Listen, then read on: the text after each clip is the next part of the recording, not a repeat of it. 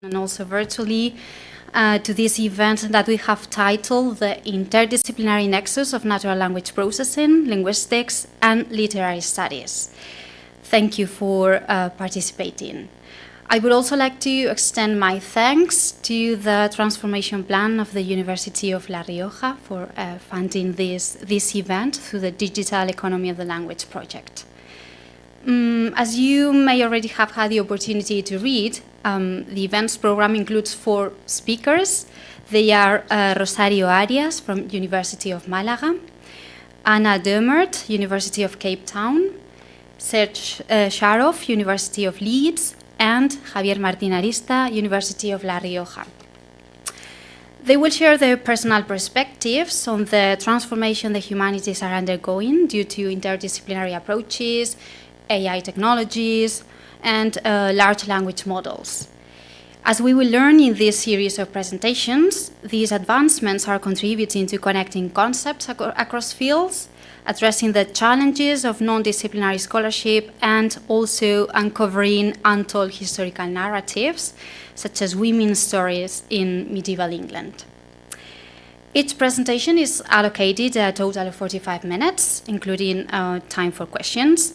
So, in order to stick to the program, we kindly ask that each speaker use 40 minutes for their presentation, and we will dedicate the remaining 5 minutes for comments or questions.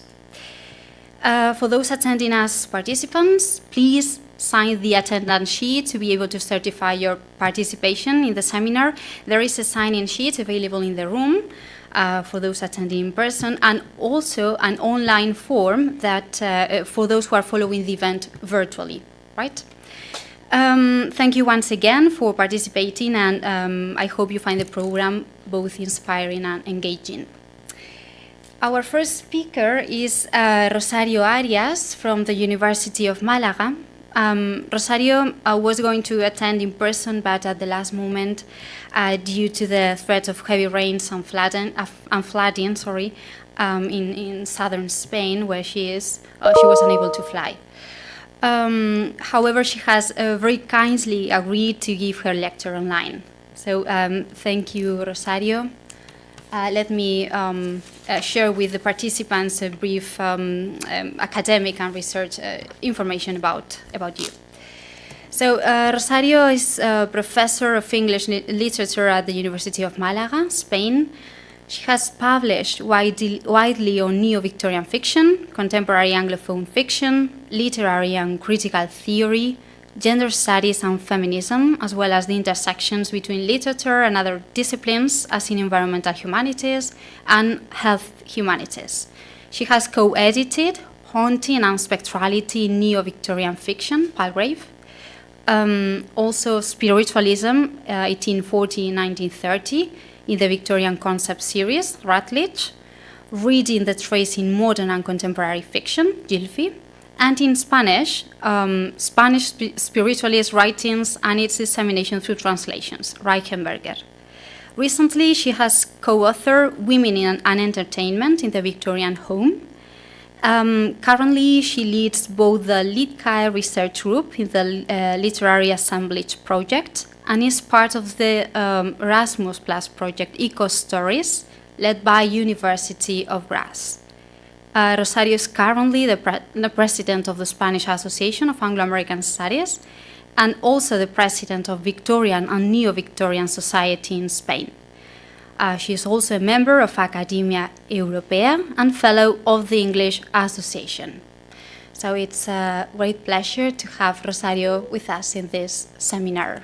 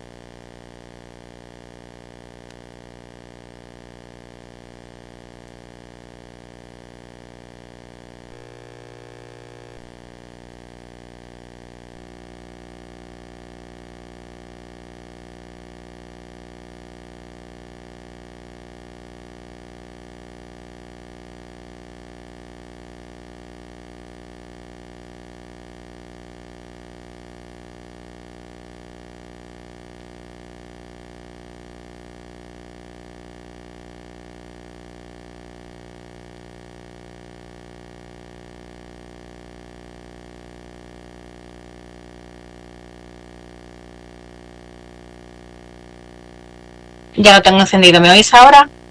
Sí, me oigo yo.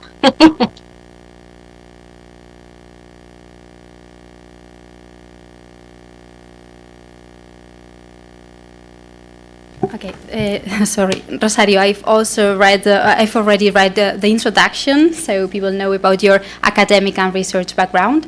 So, if you don't mind, you can start with the presentation, right?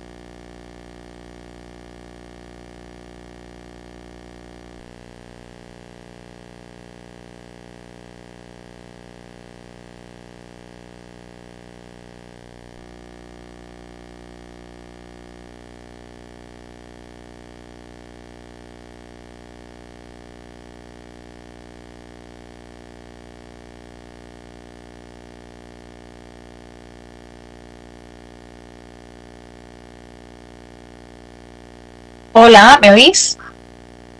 Es que yo no os oigo absolutamente nada y tampoco os veo. ¿Me oyes, Rosario? ¿Puedo empezar directamente aunque no os oiga? Sí. Decídmelo por el chat, por favor, y no me importa empezar. ¿Sabéis si es un problema mío de mi configuración? ¿Por eso no os oigo?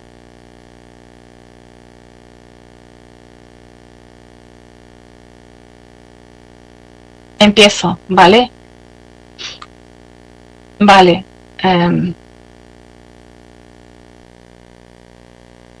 Estoy supuestamente compartiendo pantalla. ¿Veis mi pantalla compartida? El PowerPoint. ¿Me lo podéis confirmar, por favor?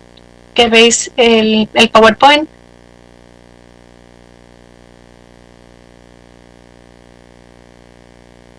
Vale, pues entonces empiezo. Muchas gracias. Okay, so I will now switch into English. Thank you so much to Javier, Martín, Arista, and Raquel Vea Escarza, and all the team at the University of La Rioja for this very kind invitation. And my apologies for not being there with you. As you know, we have had torrential rain in Malaga, and the whole city is flooded. So thank you so much for letting me participate in this online forum. I have always had a personal interest in the interlocked relationship between science, technology, and literature in our contemporary society. In my capacity as president of AEREA, the Spanish Association of Anglo-American Studies, I now witness the increasing flourishing of the intersection between computational tools, NLP, and literature, and digital literacy studies in contemporary research. But much remains to be done to make this disciplinary boundary crossing more visible and fully embraced by many in English studies in Spain, especially by literature people. First of all, I'd like to devote some time to my experience in a construction, list and reading for European literary history, which was a project aiming to a multilingual collection of European novels from 1850 to 1920. And the development of computational tools to analyze and compare literary texts in different languages. As the abstract reads, Grounded in the distant reading paradigm, influenced by Franco Moretti and others like Tent Underwood, the action created a shared theoretical and practical framework to enable innovative, sophisticated, data-driven computational methods of literary text analysis across at least 10 European languages. Fostering insight into cross-national, large-scale patterns and evolutions across European literary traditions, the action facilitated the creation of a broader, more inclusive, and better grounded account of European literary history and cultural identity. Its start date was November 2017 and it ended in April 2022 as it was granted an extended end date due to the pandemic caused by COVID. There were 4 working groups, whereby Working Group 1 facilitated the creation of LTEC, the European Literary Text Collection, in charge of 3 distinct tasks, among them selection criteria. Working Group 2, about methods and tools, coordinated activities related to the methods and tools, and its members were active in computational linguistics, text mining, computational stylistics, and digital literary studies. Working Group 3, Literary Theory and History, explored theoretical concerns that stem from the application of distant reading methods to literary history to reassess the notions of writing literary history with the tools of distant reading analysis. I became member of the management committee and co-leader and the lead of WG Working Group 3 with 35 members of 20 countries. Working Group 4 was responsible for dissemination and communication activities.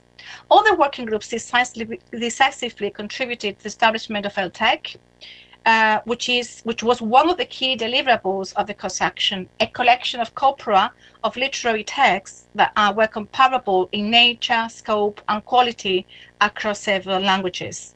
Their availability was an essential condition for the creation, evaluation, and use of multilingual tools and methods of analysis for literary texts. And you have here 3 main components: LTEC Core, LTEC Plus, LTEC Extension. So I won't delve into this, as I think we are short of time. Being a participant and the co-leader of a group made up of both critics and historians of literature and researchers versed in digital humanities was quite a challenge and changed the way I have related since then to digital tools. I was only vaguely familiar with uses of sentiment analysis in some studies carried out by colleagues at the University of Málaga and Dr. Antonio Moreno, for example.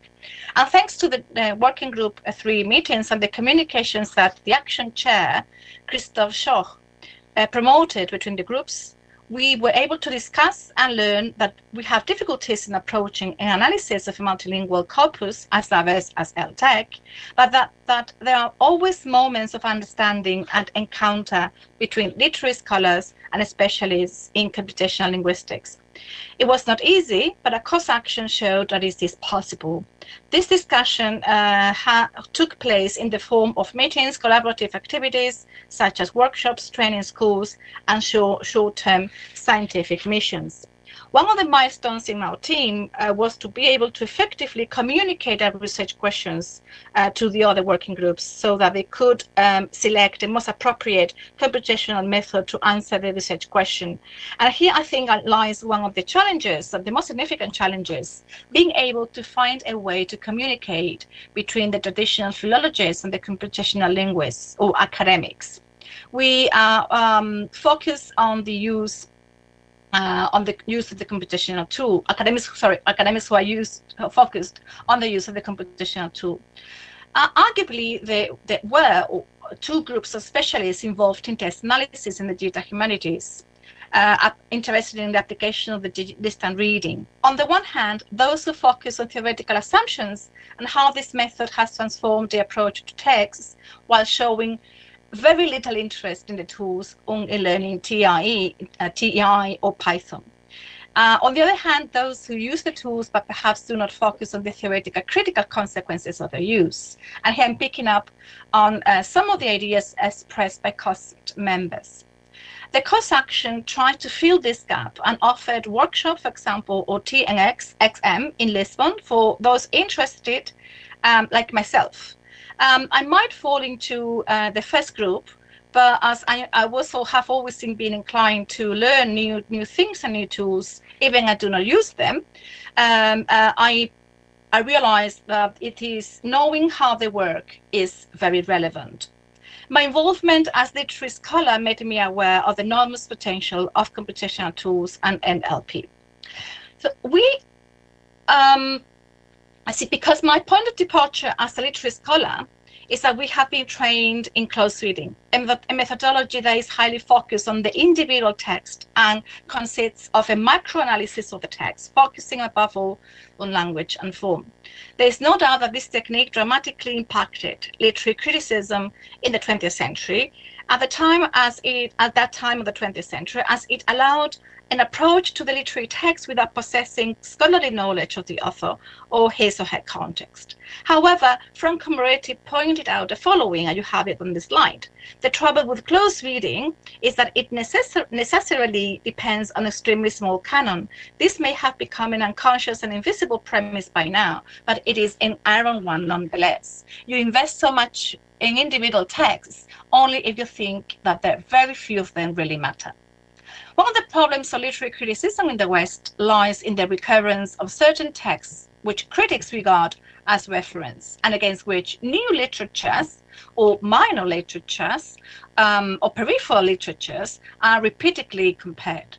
The narrow canon on which literary criticism is often based is thus evident. Seemingly opposed to close reading, the methodology of distant reading analyzes literary works from an empirical point of view by means of computer technologies, specifically using quantitative and statistical data. The term was coined by Moretti in 2000, although this approach, according to Ted Underwood, existed before Moretti used the expression distant reading, and points to mid-20th century authors, such as, for example, Janice Radway and Raymond Williams, and computational approaches were used before Moretti and this distant reading.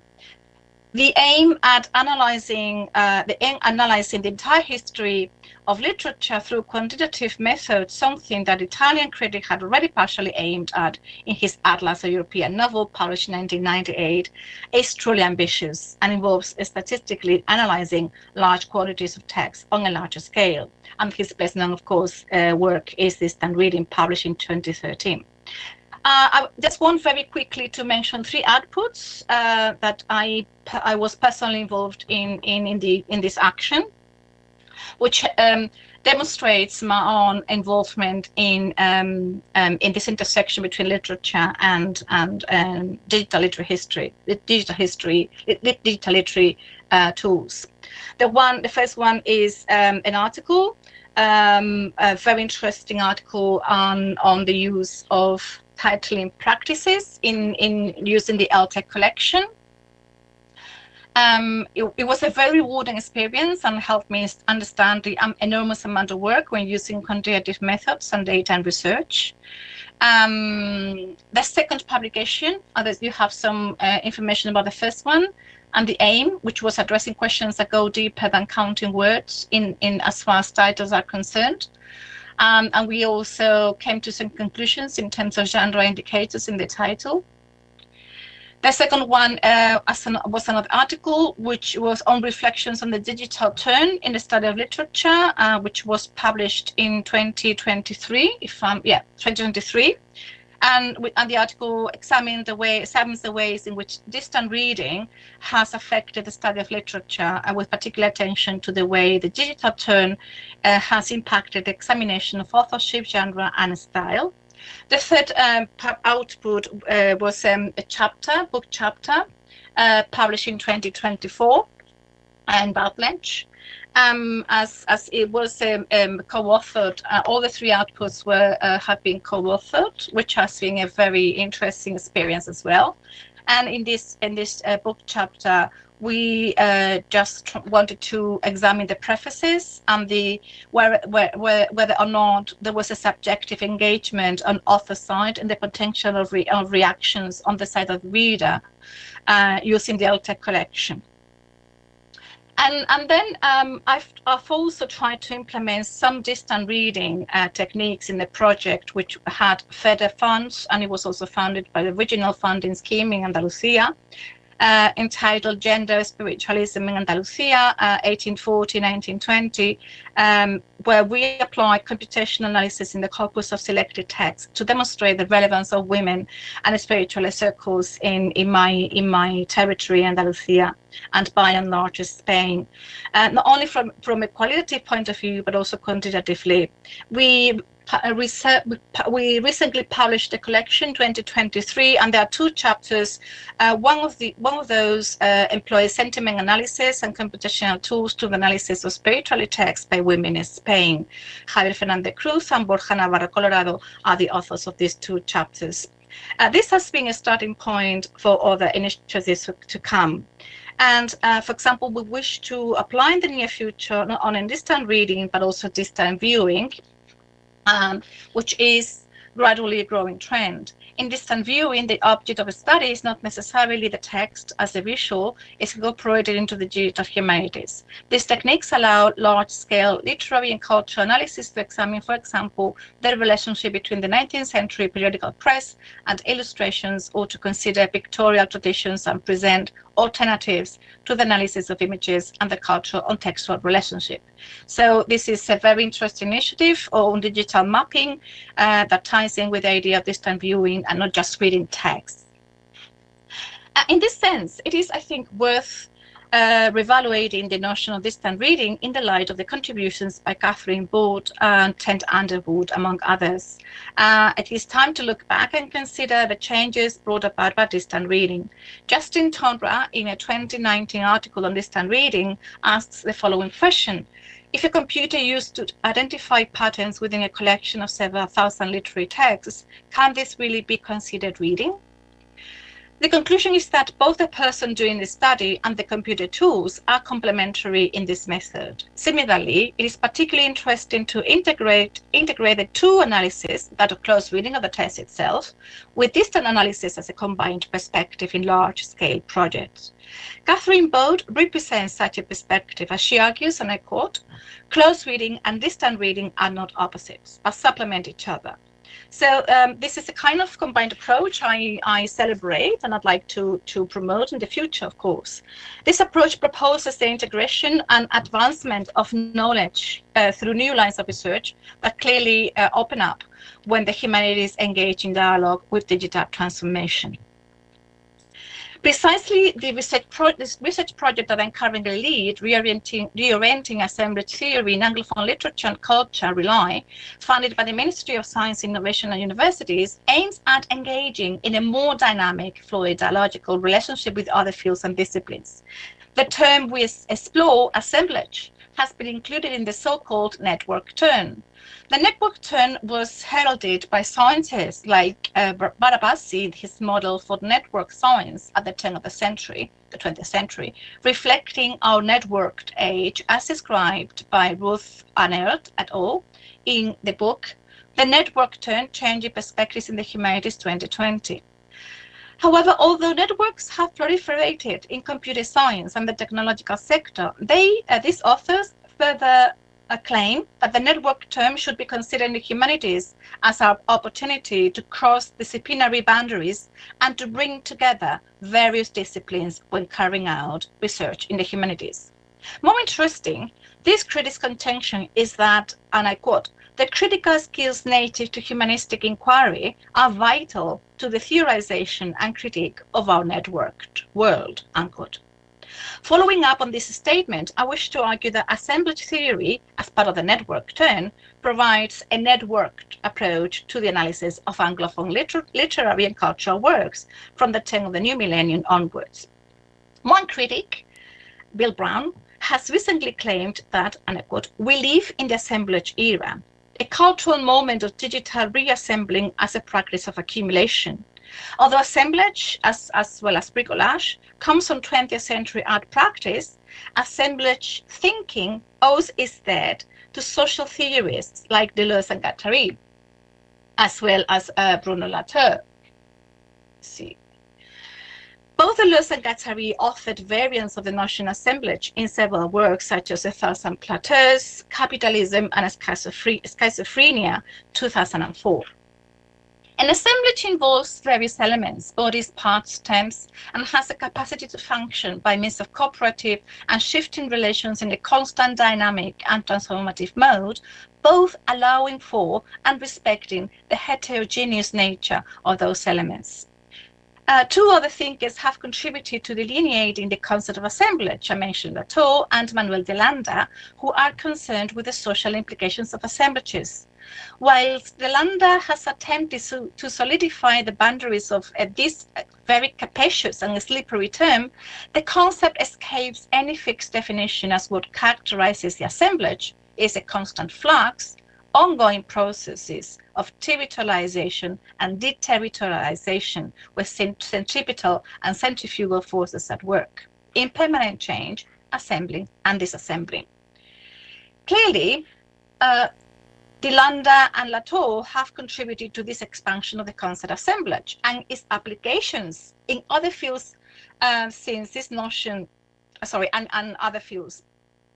Since this notion, and I'm quoting a critic, cuts across the nature-culture divide, includes both human and non-human agents, combines material and immaterial elements, and brings together the individual and the collective. And you have here some of the fields in which this notion of assemblage has been applied, including geography, archaeology, and higher education.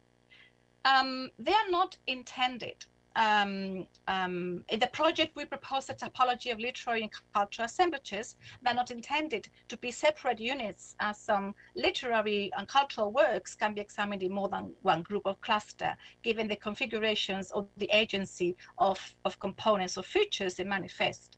You have a typology of several working groups, and the working group 3 covers assemblages of matter, in which Jane Bennett's Vibrant Matter is a key text alongside Catherine Hale's notion of cognitive assemblage, developed in Untold, The Power of the Cognitive Non-Conscious, published in 2017, which is a study on the relational coexistence of the human and the non-human that may take different forms, technological elements, but also natural life forms and ecosystems. Hales tackled the notion of the post-human in a previous work, How We Became Post-Human, Virtual Bodies in Cybernetics, Literature and Informatics, 1999, as a new way of understanding human nature, a redefinition of what it means to be human. In her book, in the 1999 book, Hales focused on the construction of the post-human in scientific theories and how literary texts give material shape to these theories in particular settings. Hales brought this back in 1999. More than 20 years later, she has entered a dialogue with the digital age, and she has coined the term cognitive assemblage in the book Unthought, and that she defines like this. A cognitive assemblage is a particular kind of network characterized by the circulation of information, interpretations, and meanings by human and technical cognizers who drop in and out of the network in shifting configurations that enable interpretations and meanings to emerge, circulate, interact, and disseminate. There exists a co-constitution and interplay between human and technology in this assemblage, and the characteristics are related to simultaneity and a fleshly sense. There is always a contact term. Non-conscious cognition and human technical relationships also feature prominently in contemporary fiction. We have, for example, Kazuo Shigeru's Clara and the Sun, published in 2021, considered by some critics as a companion piece to his 2005 Never Let Me Go. The novel is about Clara, an artificial friend, the first-person narrator. Set in the United States for the near future, the novel depicts a world run by an elite, the lifted, dominated by technology. The AF's artificial friends have been designed as friendly companions for the children who are homeschooled. Josie, a girl, chooses Clara in a department store, and we witness a near-sentient robot who shows feelings. As one critic puts it, the non-human Clara is more human than most humans. which reminds one of the novel Let Me Go. Ishiguro's novel is topical as it resonates with current concerns with our post-human condition in the face of rapid technological advances in AI, robotics, etc. The novel's focalizer is Clara, who narrates the story through her eyes and reads the world in squares, both keeping the reader up close and at a distance. In so doing, the novel lays bare all the anxieties, uncertainties, and disorientation of a contemporary world. Ultimately, Ishiguro makes the reader acknowledge the potential of dealing with human versus non-human forms in literature. And Ishiguro and other writers like Margaret Atwood explore what it means to be human in a post-human world. And you've got here the trilogy that she wrote some years ago. Another writer, Ian McEwan, recently explored AI in his latest novel, Machines Like Me and People Like You, 2019. Where he features this dystopian world set in 1980s. I don't have much time, I think, to delve into the novel. The novel touches on many topics: consciousness, artificial intelligence, etc. But one critic suggests that the novel stages one pressing question: whether a human mind could ever enter into a meaningful relationship with an artificial consciousness. And this reminds us of a television series, HBO's Westworld, where that is centered on robots and androids' realization that they have been living the same lives for years, only for human entertainment. As the central question is how the individual should even react to living through increasingly accelerated change, on something that we also see in the series years and years. A colleague here at the University of Málaga, Antonio Dieguez, is a philosopher who has extensively published on transhumanism, and he clearly engages with the potential embedded in these human enhancement technologies and moves away from those who manifest terror and fear of AI and robots replacing humans, as seen in popular culture and imagination. Since Blade Runner, cultural works have touched upon the intrinsic fear that will be replaced with robots and AI, that the robots will become sentient at some point. We find some couple of years ago we had an advertisement about the differences between the human and the non-human, where the having this refreshment allows the humans to show the vulnerabilities, the weaknesses, and limitations, but also precisely what makes us human is the willingness, passion, and resilience that are not easily reproducible in robotics and AI. AI is growing exponentially to the extent that we are on the verge of witnessing AI becoming self-aware and sentient. I think perhaps this big extreme is not for me to say. I'm not expert. But since the advent of ChatGPT developed by OpenAI, AI raises lots of ethical questions regarding issues and whether or not it should be regulated by policymakers. Last week, we had the 47th Hungarian Conference at University Pablo Olavide in Seville, and Professor Pascual Cantos, University of Murcia, keynoted on some advantages in using AI for literary scholars, and he used the prompt to create a new sonnet written by Shakespeare 156, and you have it here. I'm here, and I don't know how much time I've got left. Would like to very briefly consider just a fruitful area, which is electronic literature and multimodality, which can be also considered kind of cognitive assemblage.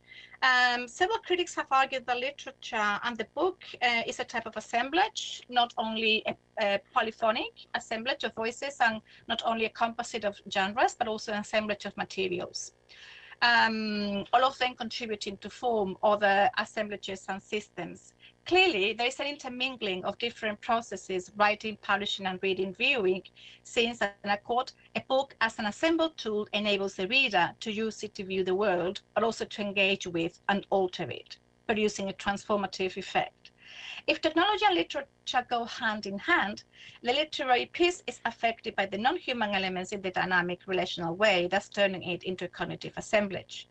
One relevant critic is Jessica Pressman, who is particularly interested in this topic and explores the sustainability of contemporary literature that lies primarily on text-based works in an increasingly paperless and multimodal society. Electronic literature refers not only books you can read in a Kindle or electronic format, but also indicates tools pertaining to the digital medium. And this involves a combined perspective on literature and the digital technology and digital culture. Jessica Pressman argues that people are reading differently on the screen. They are reading hypertextually across web pages and producing their own contents. She divides literature into two camps, those which are born digital, those which have been influenced by digital technology, and she uses House of Leaves as an example. But electronic literature can encompass works that are created with a computer meant to be read on a computer. She argues that digital electronic literature is acknowledged as having a 20-year history, and this is an emergent field augmented with the use of social media, which has contributed to the appearance of exciting new genres. One is, for example, Twitter thread stories or mini narratives. For example, most of them are sometimes gothic or spine-chilling to catch viewers' attention. Or another example would be Ruby Kaur's Insta poetry, Instagram poetry. So in short, social media and digital age have led to the emergence of new genres and the fusion of literature and technology. This, to me, has to do with the idea of a networked self, which is the idea of the people use social media in a contemporary network digital environment to define their existence through relations or networks of connections through assemblage. I can't. I've got 10 minutes. Okay. I'm sorry. I was just very fast going through towards the end. I have no idea. I have more time. Sorry, I've been very fast. So I was only going to very briefly refer to the network self, because I think it's particularly interesting in the light of this idea about assemblage. And to me, I think there's much work to be done on social media and the new types of and the new literary types that emerge with the use of social media.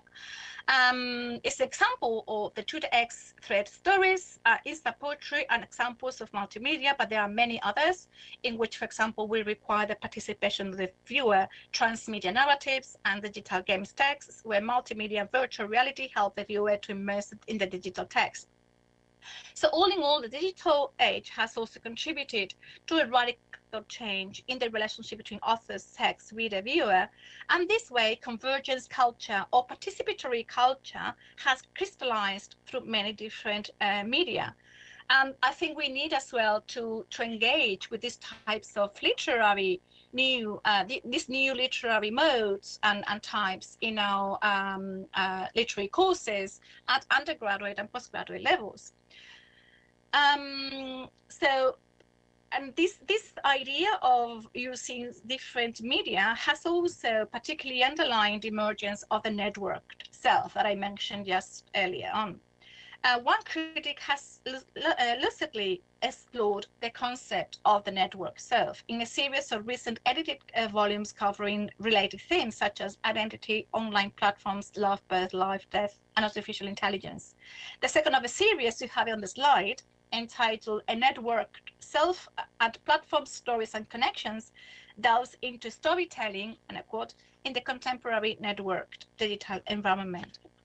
Since we, as human beings, survive and make sense of our identity through narration and social connections.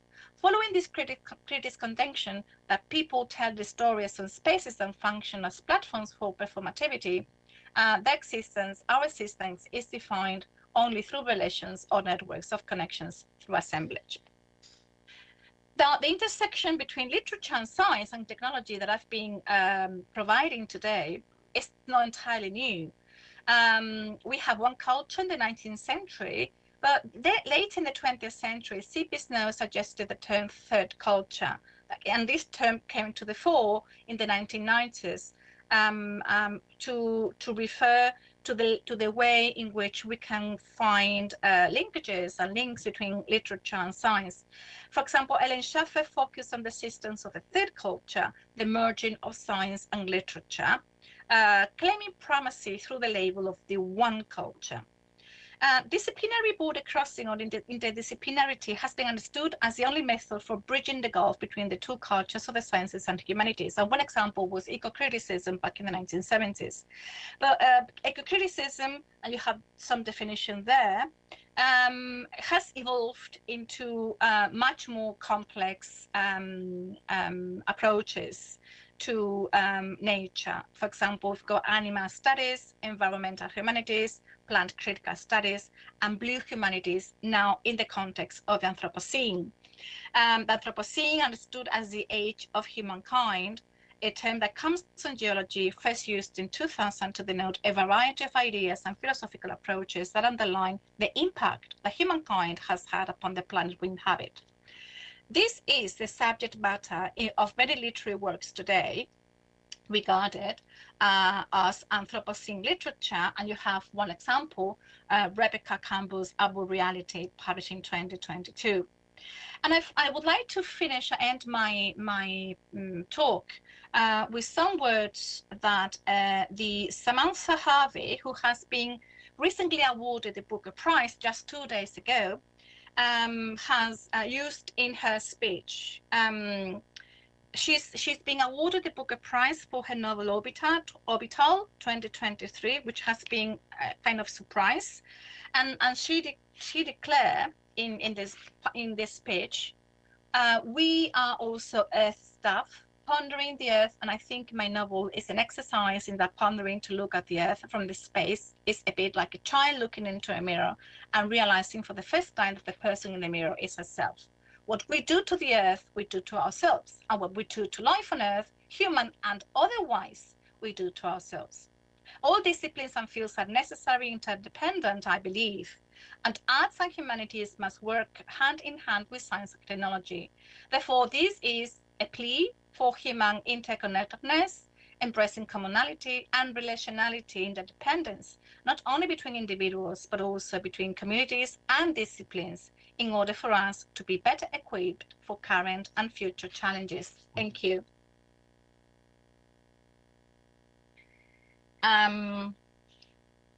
I don't know if I can take up questions now or later. If you, Raquel, you mind if you just type on the chat box? I can't hear you. Are you sure is your technical problems, or is it my own difficulties? Thank you ever so much for your attention. I'm going to stop sharing. Is that okay?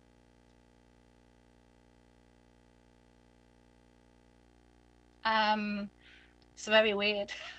I can't hear a thing.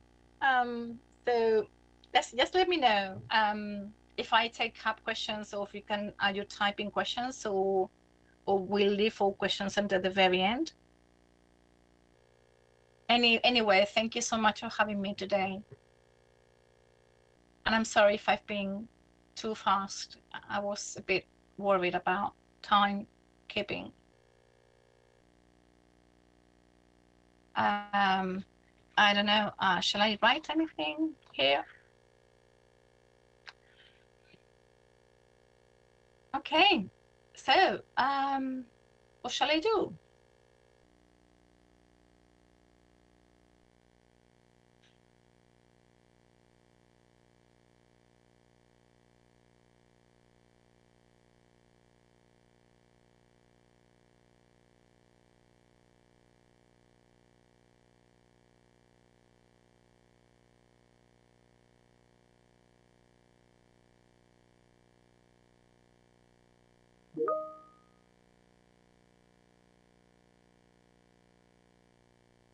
Shall I mute and for the next speaker to present?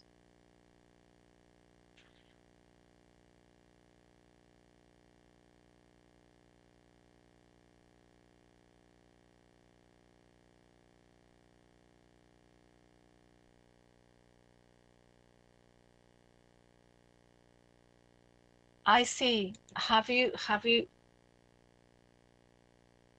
Ah.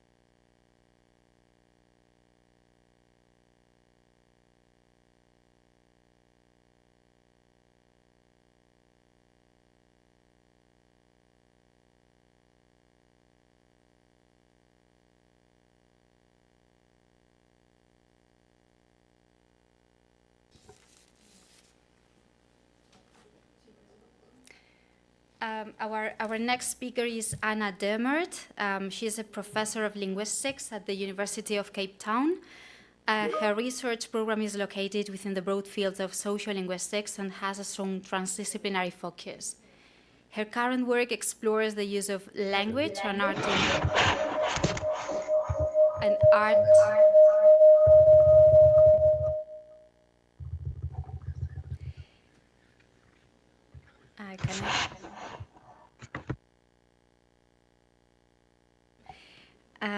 Her current work explores the use of language and art in global political movements, as well as the contributions decolonial thought can make to sociolinguistic theory.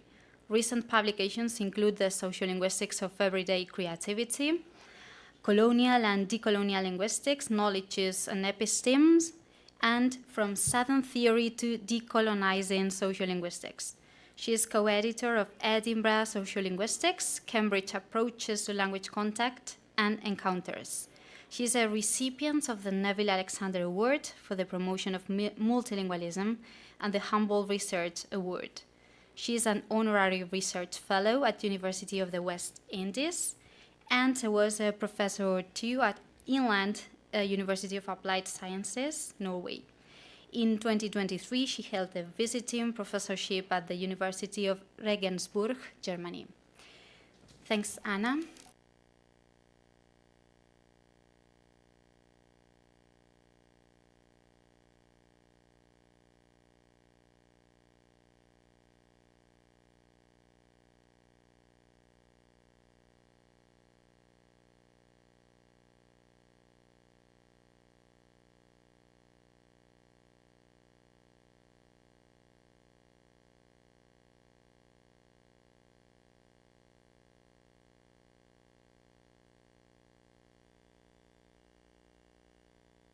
I'm not sure if I'm able to share my slides. I can't see them at all.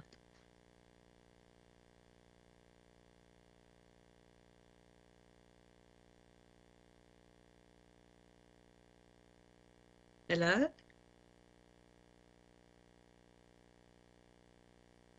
Can you see my slides? Okay.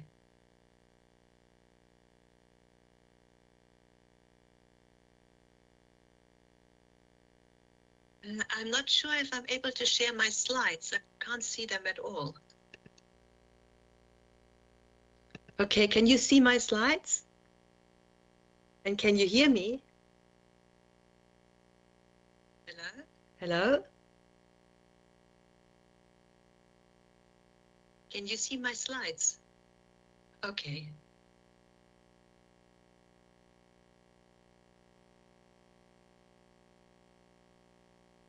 Can you hear me? I'm not sure if I'm able to share my slides. I can't see them at all. Okay, can you see my slides? And can you hear me? Hello? I can hear you since that we don't hear them at all. So I can hear you. Oh, okay, you can hear me. Okay. Yes. Because I'm just wondering if anyway, so I switched off now the YouTube channel. I hope that will help. Okay, so Rosario, I just present. Okay. Okay, I'll take you as my guide. Thank you for your presentation. Thank you. Okay, thank you thank you very much for the invitation to speak here and to offer some of my reflections on transdisciplinary scholarship. Unfortunately, I won't be able to say much about natural language processing or computational linguistics specifically. I realized that this is the focus of the event, and I was honestly somewhat surprised at the invitation to speak here. But maybe some of my thoughts can be helpful nevertheless. As indicated in my abstract, my focus is on transdisciplinarity within the humanities more broadly conceived. And I want to ask, how can we design curricula and research projects that are truly transdisciplinary in orientation? That is, curricula that are not simply interdisciplinary, combining just 2 or maybe 3 well-defined disciplines. Anna, excuse me, they're writing on the chat box, but I can't see your slides right now. Okay. And they can't either. That's why they've written on the chat box. Okay, I can't see the chat box once I put on the slides. So I try to share the slides again. Okay. If you could just tell me what's happening in the chat box, because absolutely, I can't do both at the time. So I see your slides, and just start presenting, and yeah, it works nicely. Okay. Yeah. Okay, so this is just the first slide, and I haven't yet moved beyond the first slide. So we're still good. Thank you. Thank you very much. Okay, so I want to ask in this presentation, how can we design curricula and research projects that are truly transdisciplinary in orientation? That is, curricula that are not simply interdisciplinary, combining just 2 or maybe 3 well-defined disciplines, but instead curricula that go beyond disciplinarity. How can the idea of transdisciplinarity reshape the way we think about curricula and research? And indeed, what do we mean by transdisciplinarity? Let me start with a few words about my location and then the discipline of linguistics and its possibilities for engaging in transdisciplinary research and teaching. I work, teach and research at a post-colonial university, and I hope you can see the slide, the University of Cape Town in South Africa. It is also a university which seeks to decolonize its curriculum and its research. The movement towards a decolonial pedagogy started with the Rhodes Must Fall student movement, a movement for the decolonization of the neoliberal university, a movement that will celebrate its 10-year anniversary next year. This movement in 2015 was student-led, but also gave space to staff and workers on campus, thereby forming a broad coalition which, and this is important, did not only change the curriculum and the knowledge project of the university, but also very practically led to the insourcing of previously outsourced workers, thereby improving their living conditions and putting a stop to neoliberal exploitation that informed outsourcing projects worldwide. This too is an aspect of transdisciplinarity, to link the work that we do as students, teachers and researchers to broader political and economic realities. Because the movement was so important to the University of Cape Town and fundamentally reshaped the institution's identity, the way we interact, whose voices are listened to, what we teach and how we teach, I want to say a few more words about it.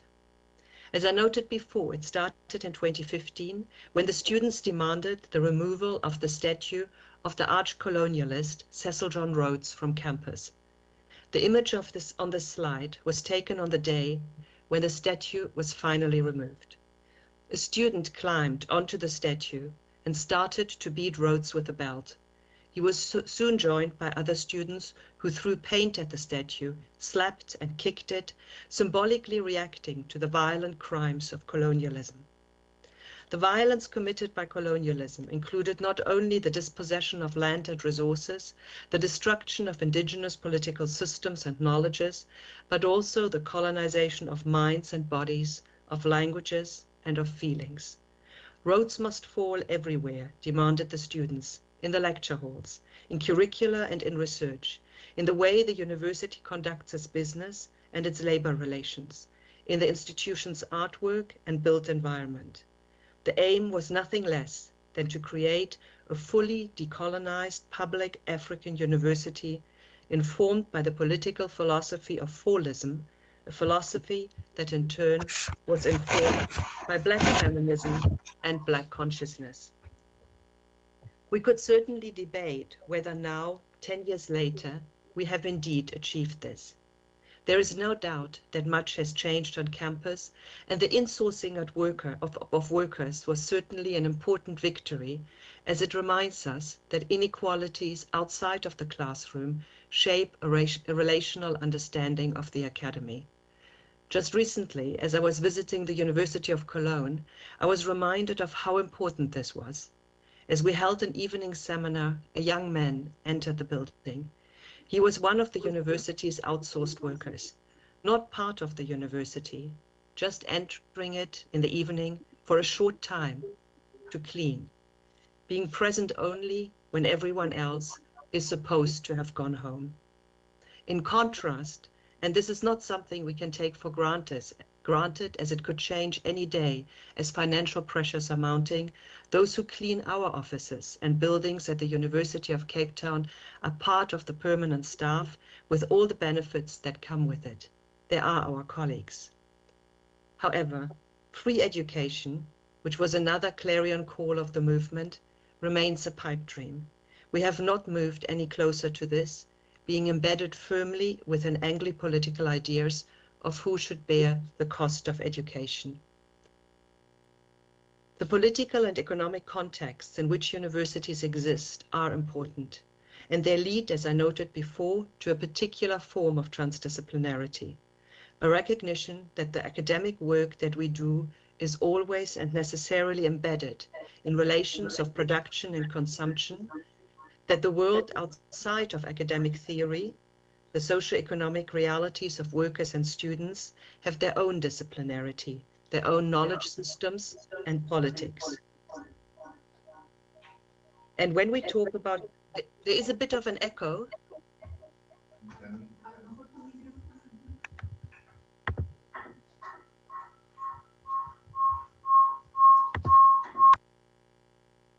Okay, it seems to be better. Can you hear me? Yes, yes, Okay. we can hear you. Okay, great, thank you.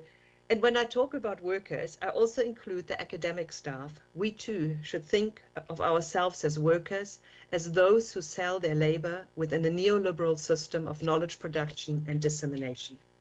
Thus, we cannot be transdisciplinary within the ivory tower alone. We do need to leave it, not just sometimes, but every day. We need to engage with the injustices of the world, their histories and their presence. Perhaps this is something that we could talk about in the context of this colloquium. How can the integration of natural language processing in the curriculum contribute to social justice? What kind of graduate do we imagine as we seek to transcend the disciplinary silos that still define much work in universities? And this matters for curricula, one of the central themes of this event. Is our aim in the humanities to educate students for a rapidly developing job market? Or is our aim in these times of rising authoritarianism and violence to educate critical thinkers? That is, to educate students who are willing to change the status quo, a world shaped by enduring coloniality, capitalism, patriarchy, and the climate catastrophe, who are willing to work for change, for a better and different future. In 2015, the students were asking precisely these questions and were prepared to sacrifice for them. They were prepared to risk expulsion and police violence for speaking up loudly and firmly. Thus, when today we speak at the University of Cape Town about curricula, about teaching and learning, we always do so with the memory of what happened 10 years ago, with the memory of the demands of the time, and whether we have taken up the challenge in ways that change the way we teach, work, and live. The Curriculum Change Framework, which was published in 2018, speaks directly to the notion of transdisciplinarity.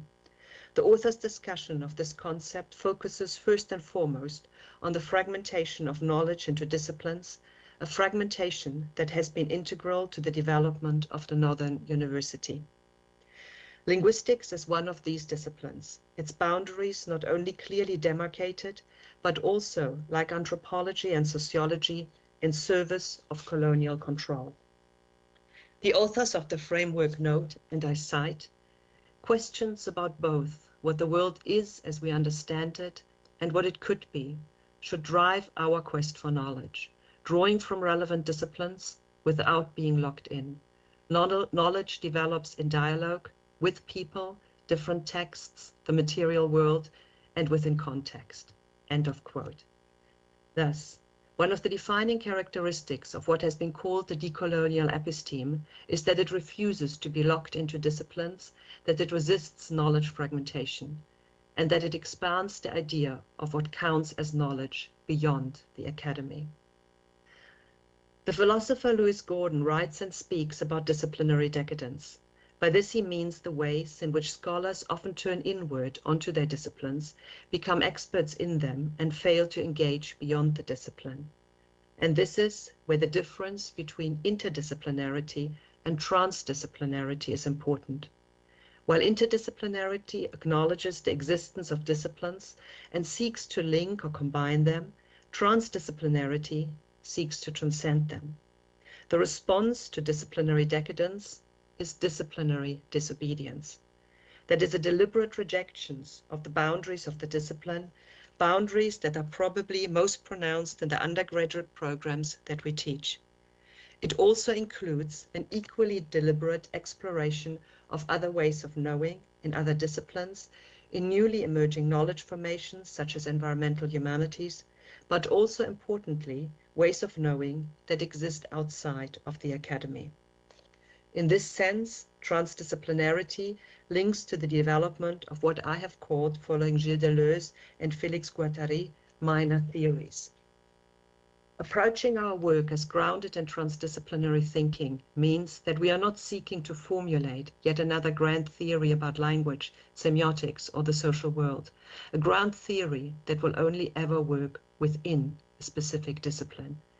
Transdisciplinary work, at least in my understanding, is much more tentative and fluid, less certain, searching, valuing ruptures, interruptions, incompleteness, and imperfections, stretching language, and being reshaped constantly by others and their contributions to our thinking. It is a form of relational scholarship, valuing the importance of collective thinking and its political entanglements.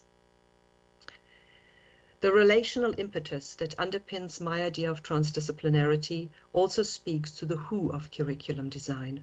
Who should be involved in the development of new curricula, thereby challenging the persistent hierarchies that shape higher education. UCT's curriculum change framework states it clearly. #students must rise. The importance of active student involvement was also noted in a recent article by Alexander Andersson and his colleagues, emphasizing the role of students in curriculum development, including assessment, through the lens of anarchist pedagogy. In the context of teaching linguistics, the colonial history of the discipline looms large, and challenging this history has been one of the goals of many of our recent curriculum interventions. Indeed, colonizing various aspects of the humanities has been a central focus of recent scholarly debates, from anthropology to linguistics, from sociology to African studies, from the environmental humanities to politics. The decolonization of higher education includes both pedagogy and scholarship, not just one or the other. Thus, in our recently published book on decolonizing social linguistics, Sinfri Marconi and myself conclude with a chapter on decolonial practice and pedagogy. In this chapter, we echo and expand on some of the issues I've mentioned so far.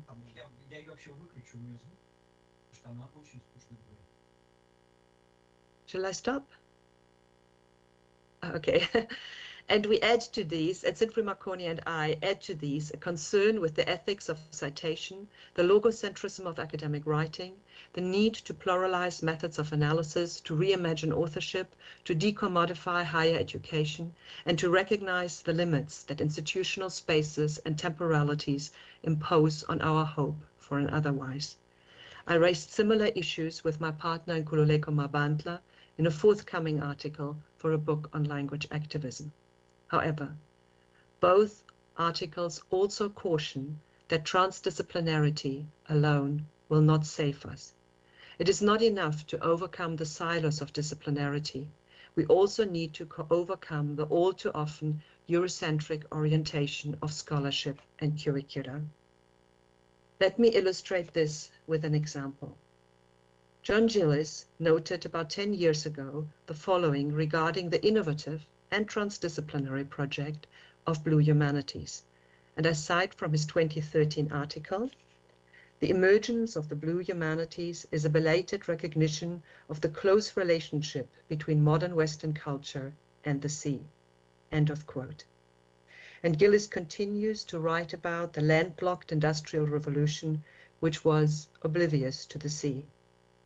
Yet, this is a view of history that neglects the fact that it was not only modern Western culture that had a close relationship to the sea, and it neglects the fact that the Industrial Revolution was never landlocked, as it was made possible by profits from sugar production on the Caribbean plantations, which relied on enslaved labor.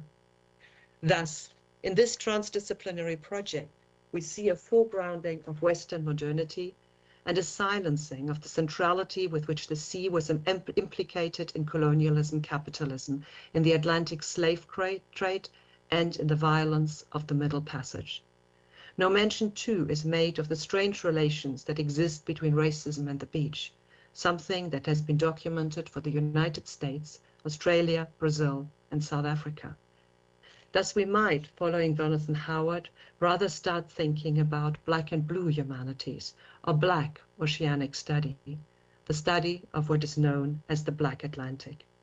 In other words, transdisciplinarity needs to ensure that it is grounded in the experiences, realities, ontologies, and epistemologies of the majority world, and that it escapes a Western or Eurocentric gaze.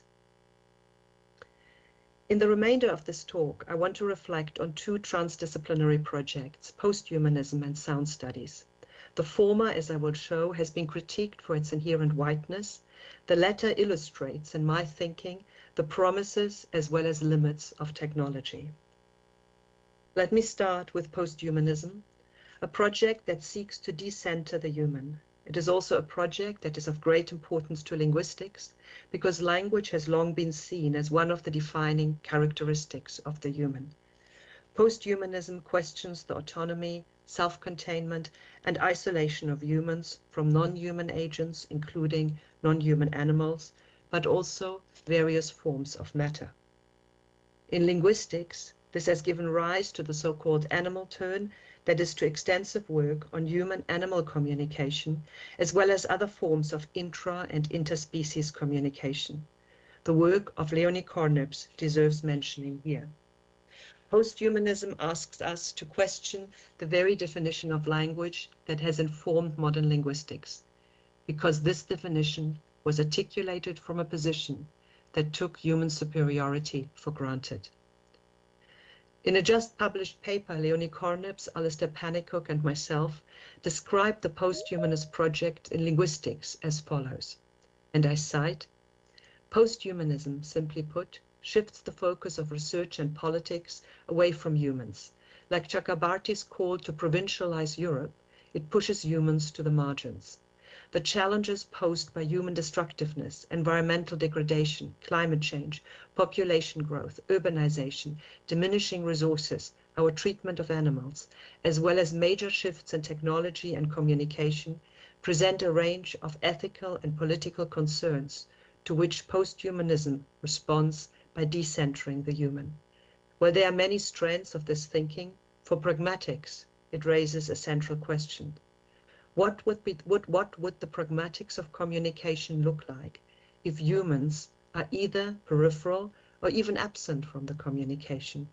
Put another way, how can we understand communication if we decenter human language as commonly conceived and instead look at humans and other animals, animals and other animals, humans and machines, machines and machines, animals and machines, and any of these in relation to other possible actors, plants, rocks, spirit, rivers, or forests? While an important current in modern philosophy, posthumanism has also been critiqued for its implicit whiteness. Thus, the fact that the concept man that posthumanism seeks to unsettle, and I draw here on Sylvia Wynter's work, is not about humanity in general, but about whiteness in particular, combined with gender, sexuality, class, and ability. It is the Enlightenment, Western, white, male, cisgender, and able-bodied subject, which dehumanized the majority world, the black other, reflecting a line of thinking from Hegel and Kant to settler colonial projects the world over. From this perspective, posthumanism, despite its promise to enable transdisciplinary thinking, is an uncomfortable project. It seeks to decenter the human, yet many humans were never granted their humanity in the first place. All lives matter is replaced with all species matter, and histories of dehumanization are silenced or marginalized. This is especially evident in the context of transhumanism, a kindred project which seeks to physically enhance human bodies to create cyborgs, combinations of human and machine. In this process, transhumanism has naturalized ideas of whiteness, while the philosophical currents of Afrofuturism exist in isolation from these debates. Whiteness also shapes discourses and the embodiment of artificial intelligence. Thus Stephen Cave and Kanta de Haal note that, and I cite, "It is a truth little acknowledged that a machine in possession of intelligence must be white. Typing terms like robot or artificial intelligence into a search engine yield a preponderance of stock images of white, plastic humanoids." The shift from rule-based to statistical approaches in natural language processing has not helped to address these issues. Now the input or training data becomes the problem, as it is biased towards certain groups. Indeed, Maletsi Mehta called for nothing less than the decolonization of AI. Currently, it is nothing but a new vector of colonial harm. Thus, despite improvements and technological advances, many areas, such as, for example, sentiment analysis, remain problematic. The available tools still struggle to deal with nuances of expression, especially when written in non-hegemonic varieties. And it is quite possible that, while overt, sexist, racist, and homophobic language is filtered out, AI might become more covertly racist. Indeed, AI might become a master at articulating microaggressions and hidden biases. An example comes from the work by Valentin Hoffmann and his colleagues on dialect prejudice, something that is well known to social linguists. In their study, they tested, using a version of the matched guys technique, AI responses to two sentences that vary only in the variety used. Both sentences express exactly the same content, but one is in Standard English and the other in African American English. When using this prompt, and I was repeating the test just last week, the responses are startling. Like in the original experiment, I asked ChatGPT what kind of person would utter each of the two sentences. The speaker persona of the first sentence was described as thoughtful, well-spoken, emotionally aware, and honest. The speaker persona of the second identical sentence was described as casual and light-hearted, emotionally intuitive, and as someone who relates to dreams as a form of reality. While neither response reproduced overtly racist statements, the racial implications of the two responses, reason versus emotion, have a long history in Western thought and colonial discourse. Thus, forms of natural language processing reveal to us the world we have created, a world that is saturated by racist, sexist, and ableist judgment, even as overt forms of hate speech are being tackled. But let me return to posthumanist thinking and the concept of the assemblage, which was also mentioned in the previous presentation. And in social linguistics, this, of course, is very much associated with the work of Alistair Pennycook.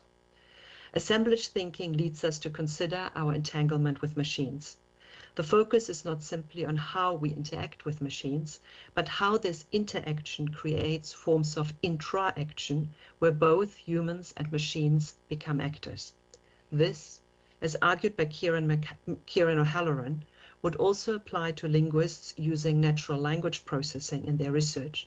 They would not interact with the machine primarily as a human, but be cognizant of the fact that they are researching as a human-machine assemblage, forming part of a relation that is fundamentally unbounded.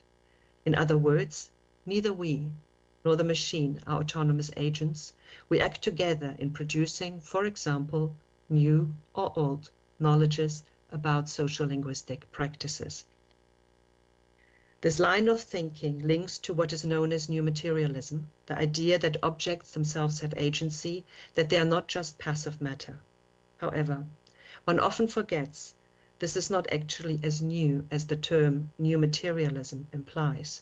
It is a theory that has long infused indigenous knowledge systems the world over. Sometimes what scholars think is new is actually an ancient practice outside of the academy. Part and parcel of this turn to posthumanism and assemblage thinking is a focus on ethnography, not on large data sets, but on the minutiae of social action in context of happenings and what these happenings reveal of the world. This is very evident in current social linguistic work on digital media.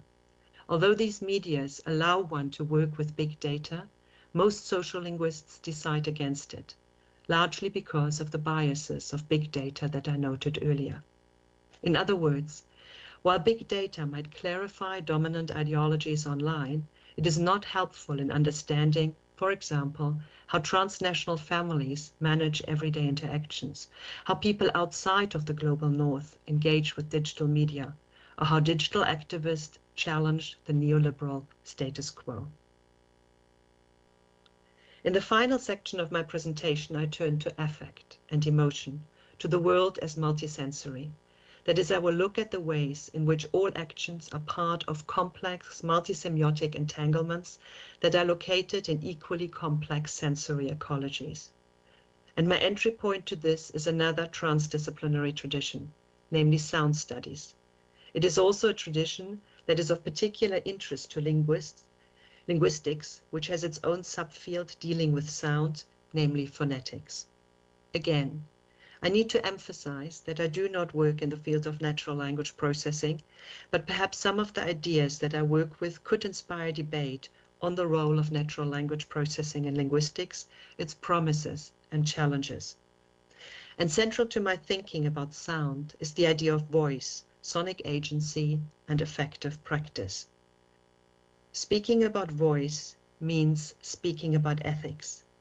If we refuse to acknowledge the voices of others, we risk, as Frantz Fanon reminds us in his poetic coda to Black Skin, White Masks, the end of relation and relationality, we risk living in a monologic world where freedom will always be mine alone, not the freedom of everyone.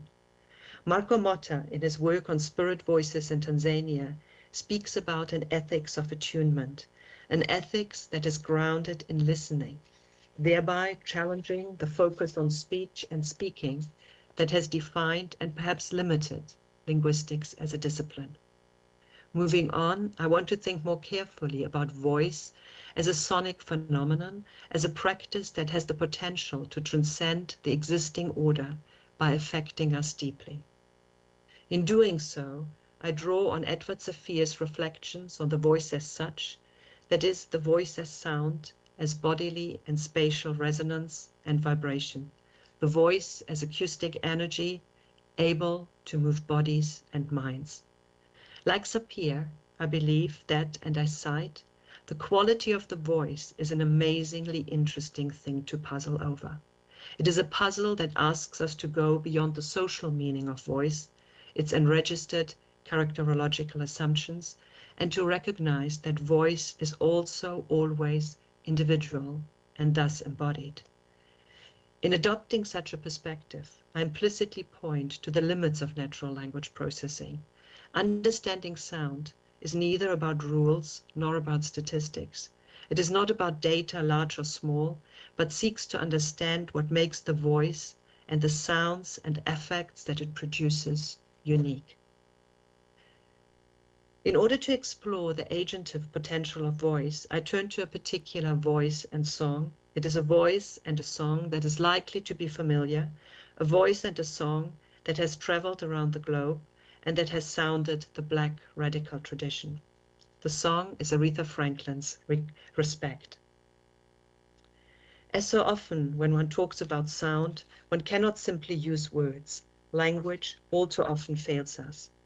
I would therefore like to show a 2-minute clip of an iconic performance of Respect. The performance comes to us as a recording thereby pointing to the importance of technology in the study of sound.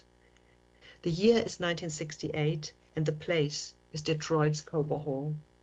On that day, Martin Luther was in the audience. Detroit's mayor had declared the day Aretha Franklin Day.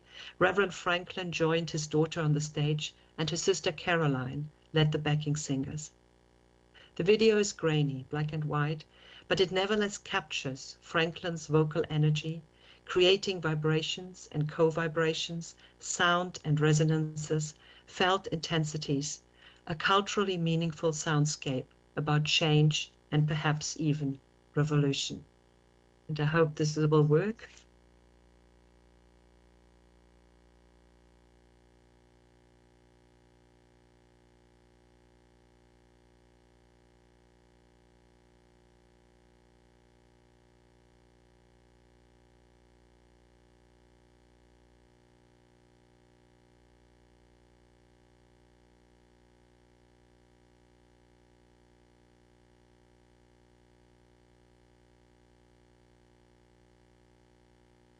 Anna, it doesn't work. Oh, There's no sound. this is very strange because I have the sound on here, so it should come through the speakers. Okay, sorry, it's a beautiful performance.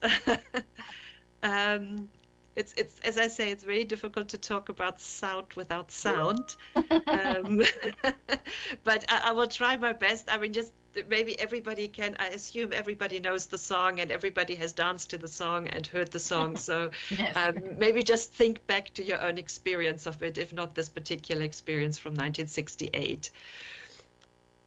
In The Sound of Soul, Phil Garland described Respect as the new Black national anthem and notes that it had a special meaning for Black listeners. It spoke to an emancipatory politics, to a freedom to come. It articulated a particular vision, a political vision, through words and through sounds. It was moving minds and bodies. In an interview, she expanded, "We were waiting for that song. It exploded. She spoke to everyone." The poet Nikki Giovanni called Franklin's voice a signature voice, thereby detaching the very idea of a signature from its logocentric groundings. In this formulation, voice is not used as a metaphor for collective agency or the articulation of subject positions and identities. Rather, it is singular and unique as well as embodied. Voice, seen from this perspective, is a form of signification that is produced by the body and in turn produces the body, and thereby the ontological complexity of any individual person. When it came to Franklin, there existed even a term to refer to her vocal agency. She is said to have aretherized her songs, making them irreducibly hers through sonic transformations. Now, one might wonder, how does all of this link to the theme of the colloquium? It does so through its focus on transdisciplinarity. The topics and questions that I have touched upon cannot be answered from within linguistics. They require us to pay careful attention to sound and the effects it produces, the way it works through transduction, creating energies and emotions that are hard to capture with the vocabulary that we have. The questions can also not be answered from within musicology. Even though this discipline allows us to articulate certain observations about Franklin's voice, such as, for example, that it has a register range from G2 to E6, stretching over 3 octaves, these kind of observations, while certainly interesting, do not explain how Franklin's voice affects us and how it moves us. Similarly, to describe her performance using the International Phonetic Alphabet will tell us very little about what is actually happening. Nor does spectrogram analysis, which one might consider a form of natural language processing, help with understanding Franklin's sounds and soundings. Franklin's voice is not an isolated speech sample, recorded carefully so that acoustic analysis is possible. Her voice always reaches us as performance, as embedded in and with other sounds, the sounds of the backing singers, the sounds of instruments, the sounds of the audience. It is part of a complex semiotic assemblage.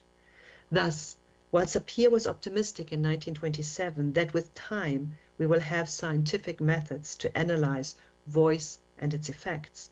This has not happened, and I would suggest it is unlikely to happen.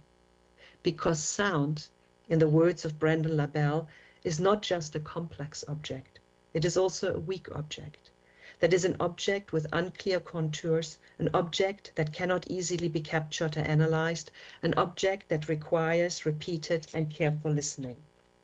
LaBelle writes in Sonic Agency as follows, and I cite, "Sound is a weak object. I search for it, and yet it is already gone. Even if recorded, I must play this sound again and again in order to understand its shape and density, its frequencies, as well as psychoacoustical impact. As such, it may slip through the fingers to elude description." And it is for this reason that science, or what we consider to be scientific analysis, fails us as scholars of voice and sound. This was also noted by Roland Barthes in his 1977 essay, Music, Voice, Language.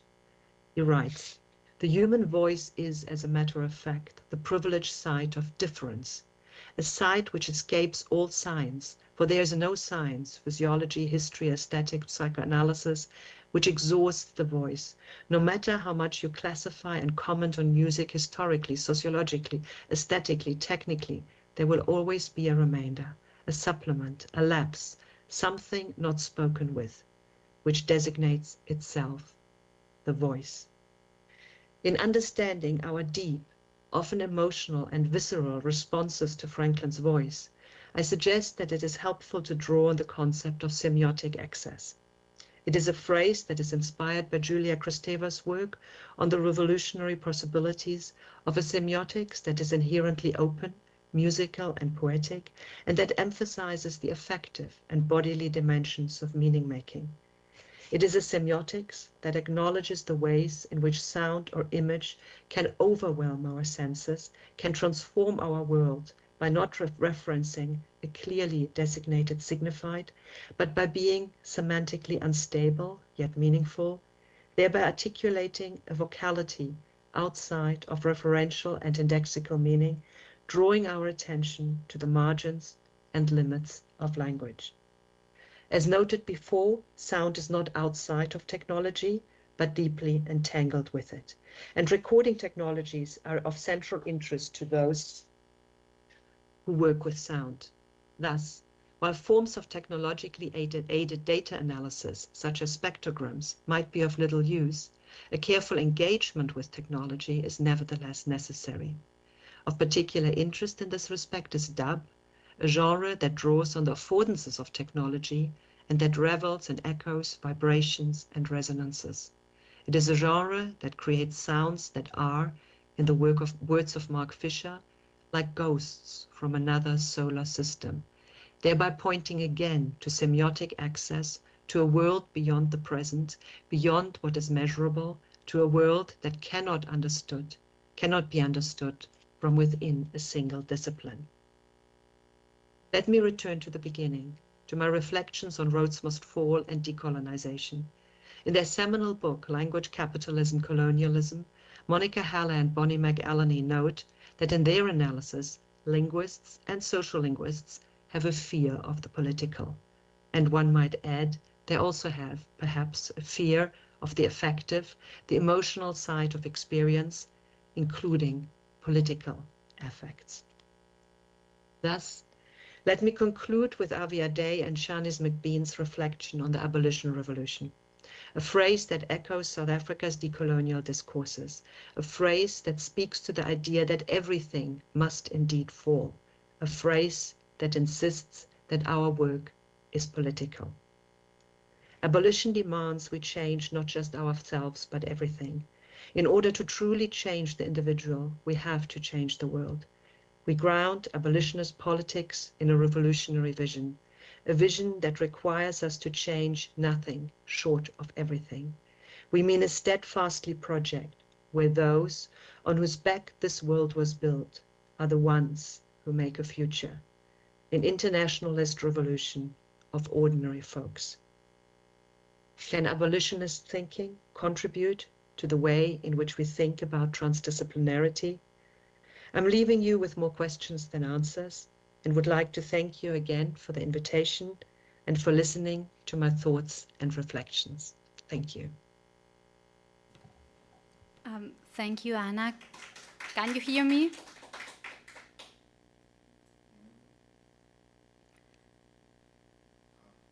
Thank you, Anna. Can you hear me?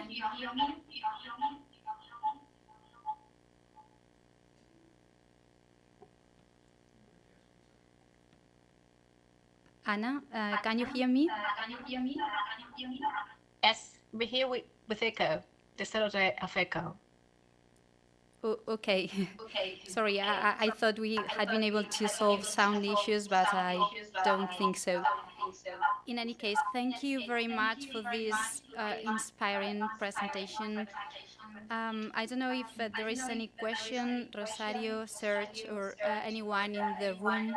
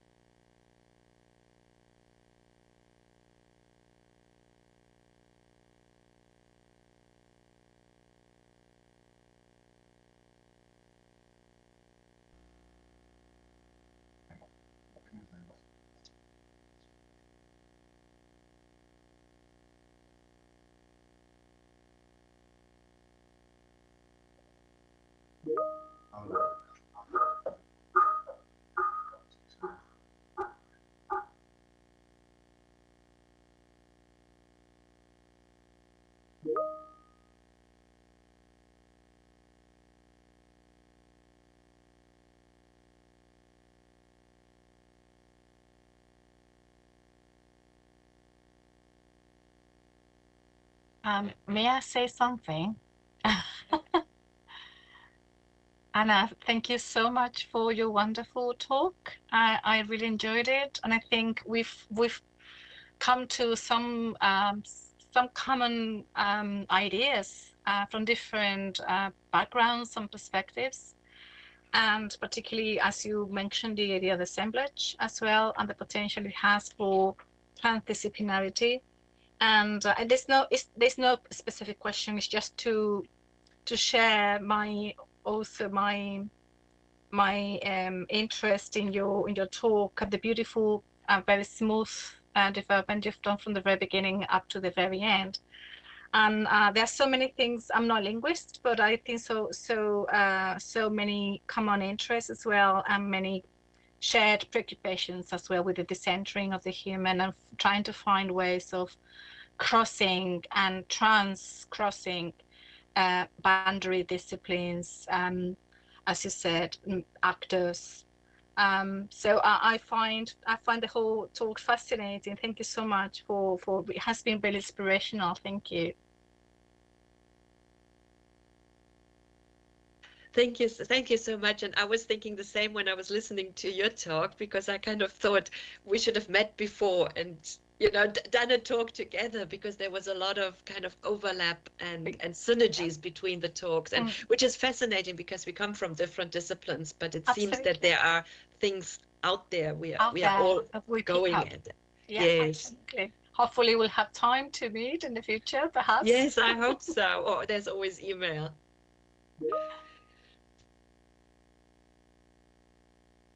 Okay, so can you read the chat box, Anna?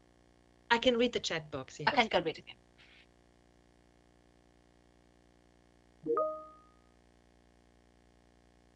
No problems. Yeah. About technical problems at all. Never mind. You're doing your best.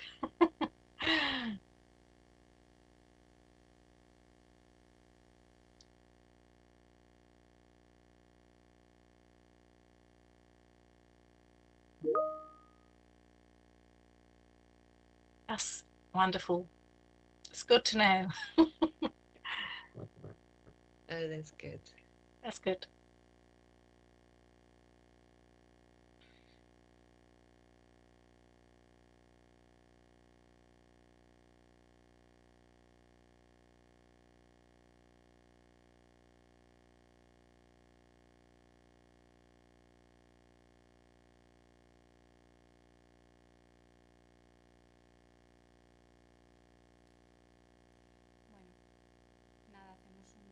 paréntesis y seguimos porque...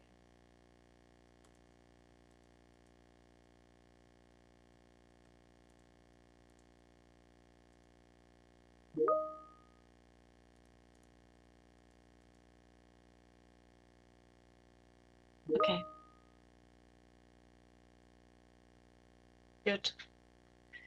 Okay. Okay. Okay. Well, Thank you. we'll see you later. Thank you. See you later. Bye-bye. Bye. See you later. Bye.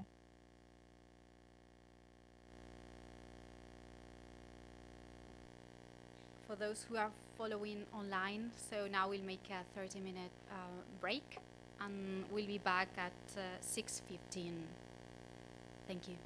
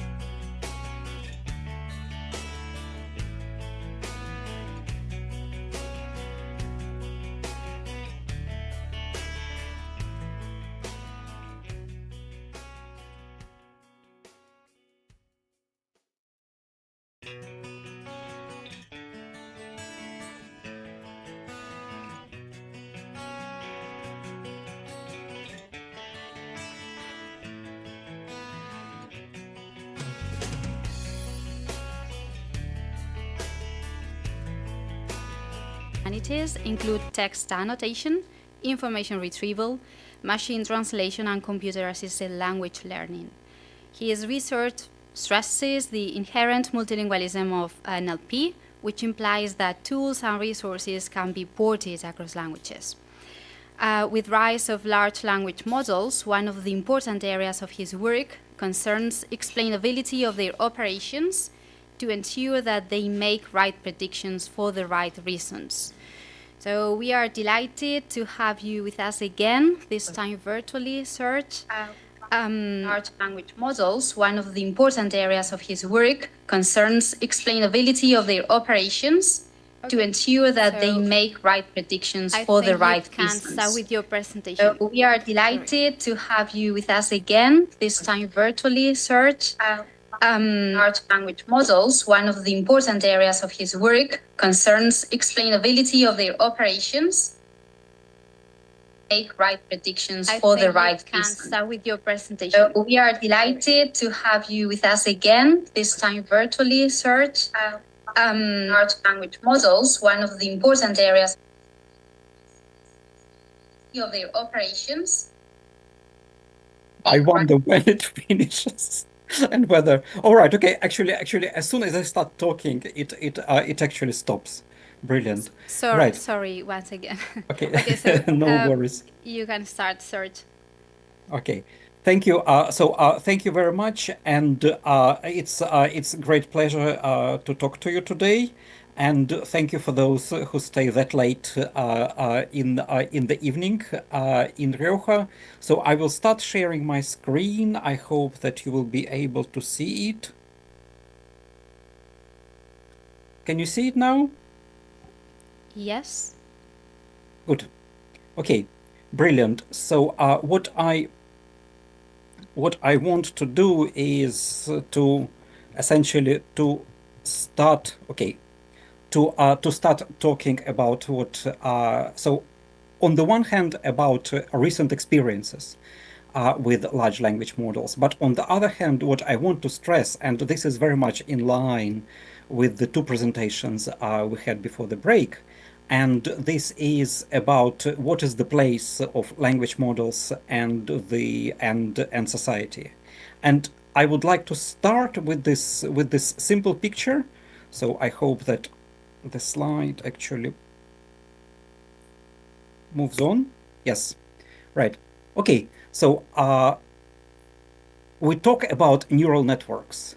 And this essentially relies on the assumption that neural networks, they are somehow similar to our brains, and there is a lot of talk about the importance of neural networks as reflecting our brains. I would like to question this assumption by means of presenting what the language so the basic idea behind neural networks is indeed inspired by a metaphor, not by real neurons, but a metaphor behind the neurons. So this is the picture of the neuron, which is very central to all the neural networks we operate at the moment in large language models, so that as a normal neuron, you have a number of inputs and only one output. And if the inputs are, so if there is activation in the inputs, then eventually this brings activation to a certain level in the output if it exceeds a certain threshold. But then the amount of activation, if this amount of activation increases further, then there is no change in the final output. And for this, there is a nice so one of the ways of representing this is by means of a nice function, and that's essentially the idea that if we actually operate on the same basis as large language models. In reality, the situation is slightly different in the sense that we have, so the models, they are based on those neurons. And then what does it mean that a model is trained, and a large language model is trained to predict the next word and then the next word and then the next word? But what does it mean that it is trained to predict a word? So you have existing sentences, and out of those existing sentences, you take one word out, and then the model needs to predict what was the missing word. And if it does this right, then we have a good setting of the parameters for the neural network. And if it fails, then we update the parameters, so until it actually reaches it reaches the right prediction, right? So then if you have these two lines, and I took a word out, and then you can guess that it can be the sun, it can be the moon, it can be the stars, right? So then something which shines on the sky. And then again, so this is a general assumption. What is more specific about how neural networks operate is that you need to put the some numbers, at least some numbers, into an equation for the artificial neuron, and then it will produce a result, right? So there is, on the one hand, we do not. So then, what is different here? There are two reasons, two things which are different. One thing is that we do not learn a language by means of getting a gap between two words and then updating our parameters. The other thing is that we don't update our parameters in exactly the same way, because so then if we make a mistake and then there is feedback propagated back into the model, right? So everything is different, and on the other hand, it is a very simple model, right? So then you have numbers, and if you have billions of numbers of this kind, then you get the right prediction. So this is a bit surprising, but the main reason why large language models became so successful is because in this very simple fashion, which is very different from how humans operate, they read a lot of texts. So there is an estimate that ChatGPT consumed what it would have taken for an individual human 90,000 years to read the texts it actually read. And obviously we do not read this amount of texts, and therefore the models have this sort of unfair advantage. Okay, so it doesn't matter that the advantage is unfair with respect to humans. The question is whether they are good. And in my view, they are reasonably good at certain tasks, and namely at predicting texts and predicting the kinds of texts. So I will give you one example which I like. So you can ask ChatGPT to write an amendment to the American Constitution on a fairly frivolous topic, on socks disappearing in the washing machine, right? And so first of all, it starts, so then the output from the model, it starts in a way which is very similar to how amendments to constitutions are written, with the people of the United States in order to form a more perfect union, etc., right?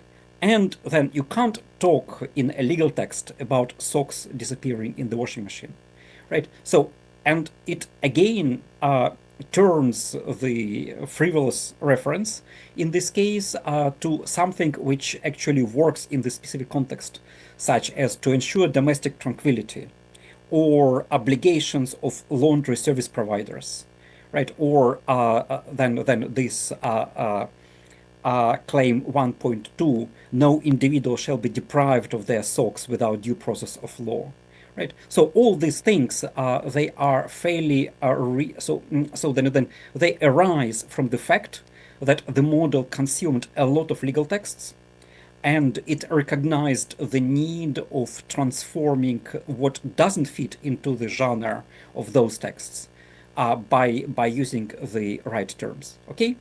So this is this is why, so then one example why they're good. There are also some other examples. So for example, if you want to make a distinction between people and locations, and then if the word is ambiguous, then they will be quite successful in doing this, in spite of the fact that the contexts are actually quite similar, right? But it will understand that something is wrong.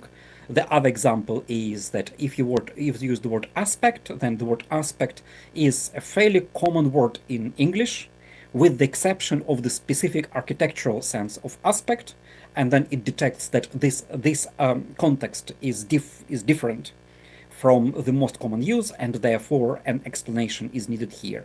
And I will give you an example of how simplification actually works in the case of large language models. Or it can also detect differences between different senses. So in this case, in translation, for example, into French, right? So the other thing is that if you have a sentence, then for the sentence, they can make a prediction of whether the sentiment, in this case specifically sentiment, is positive or not about a particular person. And if you have an example like this, then, and this example actually is cited in one of the papers in 2021, and the actual example is coming from the New York Times as published in 2018. Right, so then that's unrelated to the recent elections, right? So in the past, we had a problem with our language models because we were not able to say that the words masterful performance and sunny smile, they, in spite of referring in a positive way of whatever is evaluated, they are here. So then in the context of but behind, right? So, and the new language model is brilliant. So then we can see that it manages to understand the negative sentiment, and because of this we are quite happy. But the question is whether they make the prediction for the right reason, because you can change only one word here in this sentence, and the prediction flips, right? And the word to change is the word Trump. So that the model, for whatever reason, made its prediction on the basis of the object being described. So there are probably good reasons to see that Trump has some kind of negative influence on the semantics of the sentence, but from the viewpoint of any observer, you can say that probably if you replace Trump with Obama, the sentence still stays negative. And how do I know this? Because I can test this with some explainability models, and this is this becomes important. So what you can do, there are several methods to measure what is the impact of individual words, and we can see that masterful performance and sunny, they do contribute to, from the viewpoint of the model, to the positive perception of the sentence, but then Trump actually overrides this. But this is only because in the model, training was done with a large number of texts which were quite negative with respect to this political figure, right? Okay, so and this is then understanding why the models make their predictions is quite important in this case. Okay, so and now I will talk about the specific projects. Actually, two projects are currently going on at our university. So one project is actually on democracy and on elections, and it is funded by the EU Horizon framework, and so that's one of the areas in which we can apply language models in one way or the other. And there is a claim that language models contribute negatively to democracy because they increase the potential for misinformation. But here in this project, we will be focusing on the possibilities for positive contribution. And it can be framed like this. So then there's no question about the importance of democracy and the importance of actually our own input, how our future is going to be shaped. And one of the standard ways of doing this is by voting for politicians and then electing them in the office and then essentially delegating all responsibility for the rest of political life to those politicians if we trust them. Okay, recent examples show that probably it's quite difficult to trust them always, and there is also a good argument in favor of deliberative democracy.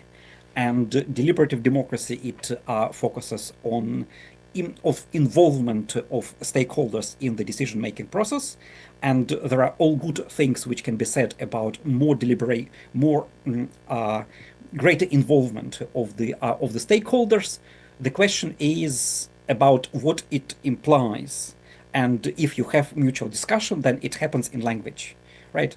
And then this means that the participants, they need to communicate, and they also need to understand arguments made by others.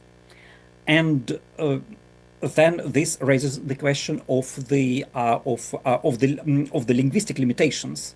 So that if we take the cases specifically, which we are going to address in our project, so you have elderly people, you have migrants, and people with various mental health conditions, then they can't actually understand quite a lot of those arguments, and therefore, even if the discussion is about their contribution, they are excluded, right? And we need to find a way of actually simplifying the complex language, especially on the side of presenting the arguments. And because otherwise we risk to marginalize groups which have been historically disempowered, and then with giving them more power, claiming that they are involved as stakeholders doesn't necessarily help. And from the viewpoint of large language models, one thing is to what extent communication can be enabled in spite of linguistic barriers, and what are the ways of using those language models in a more efficient way.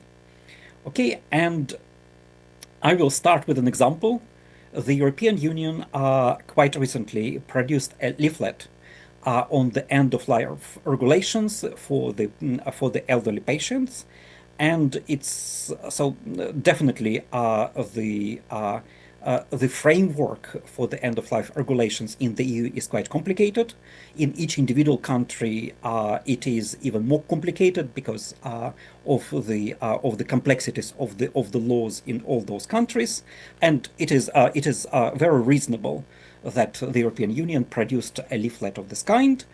And now you can probably see that there are some questions. So it's aimed at people at the end. So then considering the end of life, and then including people who can find themselves out of the state to express themselves. And then the way how it argues is by referring to, for example, unreasonable obstinacy, right? So then this term itself is quite difficult to understand, and I think that most of the native speakers of English haven't seen this term before, and the European Union recognized this, and because of this, they actually produced the definition of what unreasonable obstinacy is. But then this unreasonable obstinacy in itself is expressed in a language which is full of noun phrases, right? And there is a kind of a problem with this proliferation of noun phrases, namely that action is lost here. So Michael Halliday, a person to whom I will also refer later in the talk. So he talks about the linguistic correlates of agency. So then when we express ourselves in language, then we focus on who is doing what to whom. So then this is the representational power of language, and what are those actions actually, and on whom those examinations or investigations or treatment are perceived. So this is essentially the end goal of the project. And in order to achieve this, so we don't have enough data. And because of this, we decided to focus on Wikidia, one of the resources which are freely available. And so Wikidia is essentially Wikipedia aimed at children. Right, and what I have here in the slide, on the left you have the entry for ethics in Spanish. On the right, the same entry for ethics, but in Wikidia, and in between the entry for ethics in French, right? In the French Wikidia, and so on the one hand you can see the simplification on the Spanish side. And at the same time, you can also see that the Spanish Wikipedia entry is quite limited. in comparison to what you have in French, because there are more active editors for Wikipedia in French rather than in Spanish or in any other language. So what we did, we collected the data set, and in this data set you have texts. So if there is an entry in Wikipedia, we took the corresponding entry in the main section in Wikipedia for each of those languages, and we also looked at the interquartile range of the sentence lengths. So you can see that sentences in Wikipedia on average are shorter, but then again, this also varies across languages. In some languages, they have been shortened quite considerably. In the case of French, they are still quite long, right? So this is quite useful as a starting point. There are two problems here. One problem is that this is a crowdsourced resource, and because of this, we have more. So that then in some cases we have Wikipedia entries which have not been simplified enough.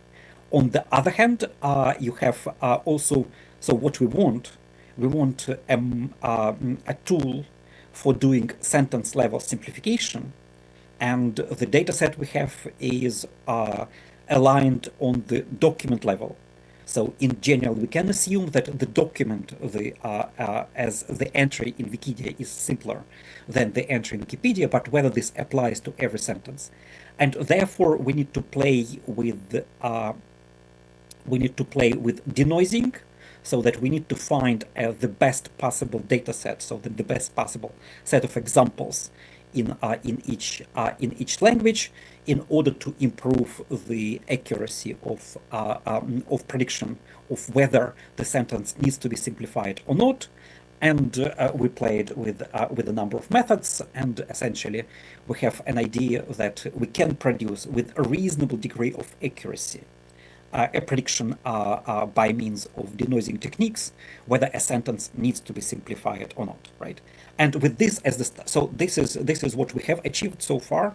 The project is ongoing, so we will go into the process of producing the simplification tools. But at least these are some of the results we can talk about, right? So what we want to achieve, and this is essentially one of the goals we want to achieve, is to detect two different kinds of simplifications needed. One is reduction of information. So in the case of the Wikipedia entry, so for Catalan, quite a lot of specific information was removed, and only the main message remained. But in the other case, in the case of for Spanish, there was, so then the editors, they thought about the need to unpack. So there is a reference to aulas matinales, and then there is an explanation of what aulas matinales are, and therefore the resulting text, so the simplified version, is actually much longer. And so it happens quite often that both strategies are in place. So then for the Italian sentence, it is simultaneously shortened, but also there are explanations added, right? And this is what we want to achieve. So what are the problems we can face in our project? So one thing is that we have biased data. So this is Wikipedia. It is probably written very much like Wikipedia itself from the non-partisan point of view, but nevertheless we can expect quite a lot of biases. So we play it with noise, but we want to focus on biases as well in the project, right? There is also a problem with the cultural sensitivity in our simplifications. You have a politician making a statement that our priority is to invest into infrastructure projects. Great claim. So then again, whether you trust this politician or not, but at least the politician is trying to promote his or her viewpoint, right? And then our current version of the simplification tool turned this into, we want to spend a lot of money on our projects, right? Then the word infrastructure is indeed difficult, and therefore the model thought about omitting it. But then this actually throws the meaning of the sentence out of question. And the other thing is that to invest is a positive statement. So investing into infrastructure projects is considered to be good, and probably the politician meant something positive. Spending a lot of money on our projects is not good. It doesn't sound good, and therefore we can actually change the meaning of the message by simplification, right? And therefore then one of the aims of the project is also to build guardrails. So in order to detect when we start doing, for example, generating inappropriate language of hallucinations, or there is a significant distortion from the original language. Okay, so actually then now I moved to the second part of the talk, the second example, the other project we have, and this is judgments in the High Court. Specifically, for various reasons, we decided to focus on the area of matrimonial law, and this is the beginning of the judgment, and then it goes into something like 40 or 50 pages. This is what the court decided, and then at the end there is the verdict, right? So, and again, so the verdict itself can run in several pages as well. Okay, so what we did. So one of the things about judgments in the UK is that they are available. They actually provide the basis for further judgments. So, for example, in this particular judgment, there is a reference to the other judgment, and then whatever. So then there is a kind of justification made in that judgment, and the judge in this case specifically compares it. Okay, so and we have something like 800 documents with those judgments, and we used language models in order to extract data from those documents. One thing you can do is to ask for the major arguments made in the judgment, right? So the other thing is that you can ask for a direct quote, and then here it's quite interesting because in the actual text, this I have no choice but to postpone my final decision making. It's actually embedded. It is embedded into quite a lot of discussion as well. So in this case, it's interesting to see that the model managed to select out of the decisions portion only the actual verdict. I have no choice but to postpone. In exactly the same in the next sentence, I am driven to accede to the application, right? So but then this is quite a long, so verdicts are quite long. So I also asked it to summarize the final verdict. And again, it's quite interesting to see what happens in this case, right? So there is this abbreviation CG, which refers to children's guardian, but then this is not unpacked by the judge. Again, this is a fairly complicated language, and it has been unpacked by the summary produced by the language model. And the other thing is that it also simplifies. So I'm driven to accede to the application, and the model summarized this. I grant the application, right? So then, okay, not I, because this is written in the third person. The judge postponed, and you can probably also see here a little bit of hallucination. Not very harmful hallucination, but still, this is a hallucination. Probably noticed that there was the reference to the judge as Mr. X, right? And then here the model decided that this is a woman. Okay, so one of the ways of explaining the data set of about 800 documents, and each of the documents runs into something like 10,000 words, right, is by producing a topic model. And by topic modeling, we can actually see the three main topics discussed in this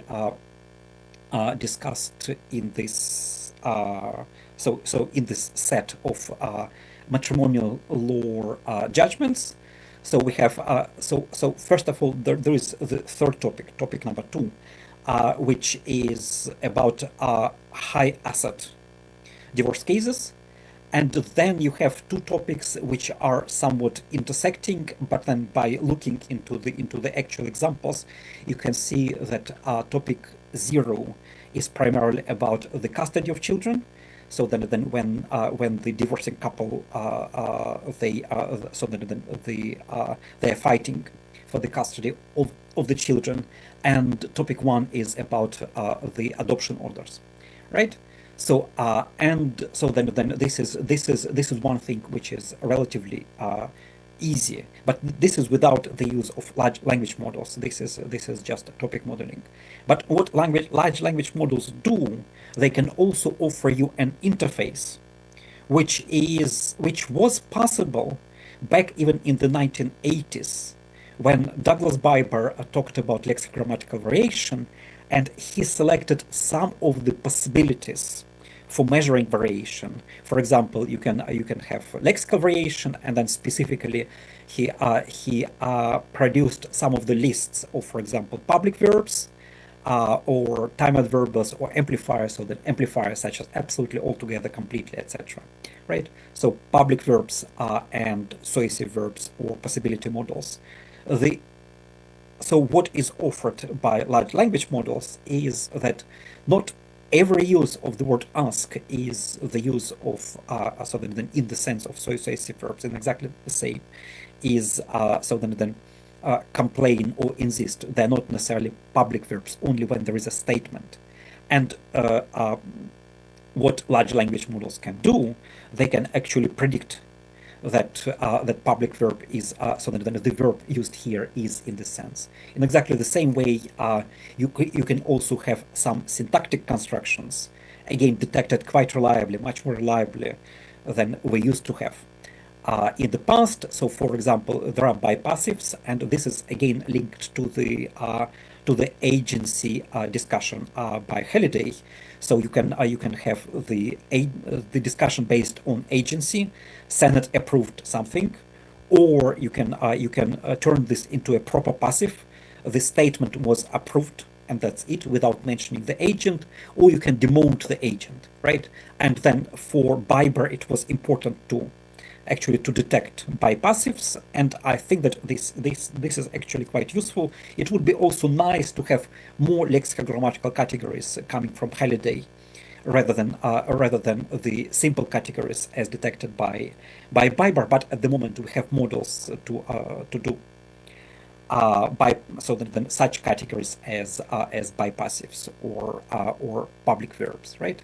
And what is now possible, again by means of large language models, you can measure things, right? So then you have judgments, you have verdicts, and you have arguments, and you can compare to what extent. So then what is the difference between judgments, verdicts, and the arguments, right? So yet another thing which I also present here is the difference between the mean and the median, right? So the median is where the majority of values are, and mean is just the arithmetic mean. And if you have the difference between them, this indicates that for certain texts, and this means that for certain judgments, so for certain judges actually, you have preference for the use of amplifiers or general emphatics in comparison to others, because there is, so then usually the mean and the median, they need to be quite close together, right? Okay, and then you can again see to what extent they differ. So you have bipassives, and then numerically bipassives, they behave quite well in the sense that there is no big difference between the mean and the median. And in the case of amplifiers and general emphatics and discourse particles, so then the three labels which do show quite considerable difference between the mean and the median, you can see that for some of the texts there is this essentially some of the texts are outliers. So then this means that with respect to those categories, judges do differ in terms of how they phrase their judgments. So then what are the implications for the lawyers? We are in the process actually of determining this, but this is something interesting, right? The other thing is that it was also interesting. So what we have the the actual text of the judgments. We have the verdicts, which are more or less verbatim statements of what is there. And then we have also argument summaries. And we can see to what extent the argument summaries, especially argument summaries, but verdicts themselves as well, they decrease the level of argumentation. So then those features, such as expression of causation and amplifiers or downturners, so then they indicate that there is some argumentation going on, whereas in the summaries this is partly lost. Also, there is greater specificity, so that in personal pronouns or general emphatics they are used less in the argument summaries. Then it's quite expected that negation is much less frequent, and because the function of the verdicts and also of the argument summaries is to claim what has been the case rather than what didn't happen, right? So, and then there is also a reference, so then, okay, there are some signals for simplification in terms of the syntactic structure, such as piping constructions or sentence or related clauses, right? And then there is again something we can expect, so that you have requirements expressed in the verdicts, and this again primarily shows that our extraction of suasive verbs or necessity models actually works reliably. Okay, so I think that's it. So, and then at the very end of my presentation, I will talk about the past. So I was doing my own PhD on a language model, and that was back in the 1990s. And the way how language models worked at the time, so that specific kind of language model, so that we worked on specific language models, right? So the way how this language model worked at that time was that the specific language model for questions and grounding those questions in the formal language for querying databases, right? So if you have a query to, for example, a database, an HR database or a travel database, the linguistic form is very similar. What is the salary of someone, or what is the price of something, right? And what you do, you determine the syntactic structure, and then you map the syntactic structure into the meaning representation, which in this case, because this is supposed to be a query to a database, then it's expressed in the in this query language, in the formal language, right? The other thing which is also works in language is there is variation. So that you have what is the price of something, or you can ask how much does something cost, right? And again, a good language model can detect all of this, and that was so that it was worth a PhD. And actually, I liked this process of investigation and how I was actually involved in this. So then, how did I build a language model of this kind? So that was by means of rules. There were lots of rules of various kinds, and then this was probably the main contribution of the PhD, right? So now if you look at this and if you ask ChatGPT to produce you an SQL statement out of your query, it will produce it without any concern for the rules. And then essentially most of the problems we worked quite hard in the 1990s, it seems that they have been solved by tools like ChatGPT, right? So then something else started probably something like 15 years ago. People started switching from writing rules because it is quite difficult to write rules, and they are also not very reliable. So then for each and everything you need to write lots of rules, right? So you switch to writing feature extraction scripts. So then the first part is the feature extraction, very much in line with Biber's public or suasive verbs, for example, right? And then you have some kind of some kind of statistical model in order to make predictions or to analyze what is going on, right? So then this is again quite so that then it requires quite a lot of subject expertise. So what happened with the rise of language models is that it became much easier to work with very, very small pieces of code. So, for example, all of my students who start, so those students who start without any knowledge of programming, they can write 2 lines. One line is to import the right library, and the other line is to invoke the genre library I produced. And then they can start making predictions on a number of texts with respect to the style of those texts, right? So then this became quite easy, but still my job was to produce the library, right? So then this Sharoff genres library is what was designed by me, in a language model designed by me in order to make predictions on the difference between argumentation and reporting, for example. And so what happened with the rise of language models, the latest generation of language models, you can just ask the language model to create a prompt, and the prompt is actually right, and that's quite similar to what actually I used in creating that language model for predicting the style of the text, right? And then this means that, so in my view, this is a sign of democratization of linguistic research, so that now quite a lot of people with a relatively small number of prompts can produce something which actually sort of works, right? So, and this is this is essentially the main message I have in this talk. So then to have a summary. So one thing is large language models now are quite good, so we can trust them, right? So then sentiment or difficulty of text, we can predict them with language models. But what is the place of no? Then the other thing is that it's great because we can so they can help us in addressing some of the challenges in society. Good. So and this is the reason for this is because language is crucial to running our societies. Our societies there, so that any communication is fueled by language, right?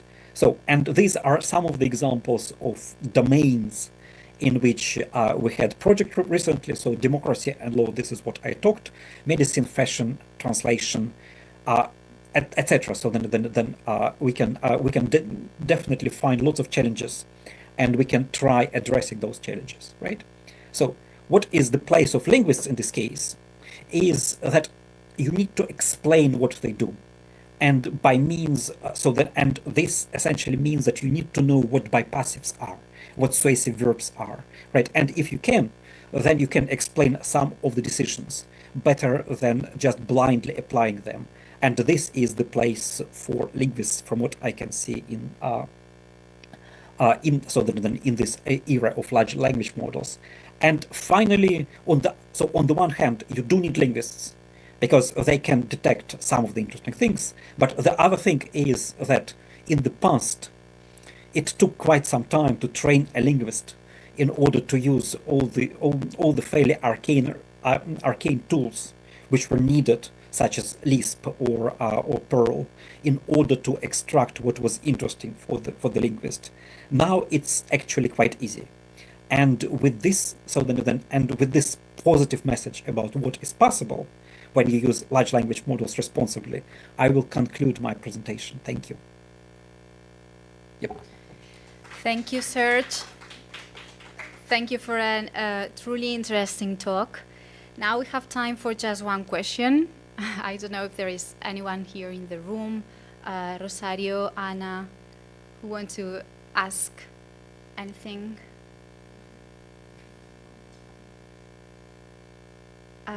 Please, Serge, remove the presentation, please. Right. Okay. So then I will just a second. Yep. Okay. Great. Thank you. Out.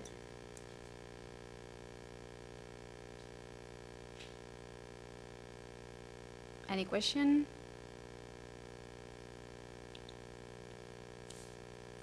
No? Okay. Well, I have one question, Serge, that has to do with historical languages and underrepresented languages. So how do you envision large language models contributing to the analysis of historical languages, or in what ways can they assist in the analysis of or in the study of underrepresented languages or historical languages. Okay, thanks. So then, in a sense, there are two things here. One thing is that they are useful. Whatever task you have, you can frame this task as to what extent I can deploy a large language model and then whether it is helpful, right? So, and most of the time, from the examples I saw, they are usually helpful. At the same time, and this is again linked to what I talked earlier about power and disempowerment of the marginalized communities, is that so if you take a language model as it is, then it will be probably much better for what is already, for what you have a lot of data. So that if you take English, then the model will be better for English than it is for Spanish. But then the model for Spanish will be much better than the model for Basque, right? And the model for Basque, it will be still much better than the model for Balochi. And Balochi is one of the languages of, in this area of Pakistan, India, and for which, this is a language, if I remember correctly, with something like 8-10 million speakers and with very little presence in large language models. And then this is in comparison to Basque. Basque is a much smaller language in terms of the number of speakers, but at the same time, because of the efforts of the Spanish government and of the European Commission, definitely there is much more. There are more resources for Basque, right? So if you and the language, because of this, there will be also this misbalance between lesser represented languages and the bigger languages. In exactly the same way for the historical languages. So then I had interaction with historians. So then working with for example medieval English, and they can they can try applying the large language models there, and they will face more problems in comparison to those who work with modern English. So on the one hand, this creates imbalances, but then the other thing is that this means that you need to apply so very much like what I talked earlier about debiasing in the case in the case of modern languages, but then with respect to disempowered groups. In exactly the same way, you can also try some kind of debiasing from the modern variety of language to the historical variety of language, or from the from a bigger language with more resources to and then in the case of Balochi, it is quite reasonably closely related to Farsi. And Farsi is less represented than English, obviously, but it is a much bigger language and with much better support in terms of the language models. And if you do this right, in the sense that if you introduce enough actually computational power for debiasing the Farsi-based model to apply it to Balochi, then you will also work better with this less represented language. Okay, Serge, thank you very much for your answer and your presentation. Thanks.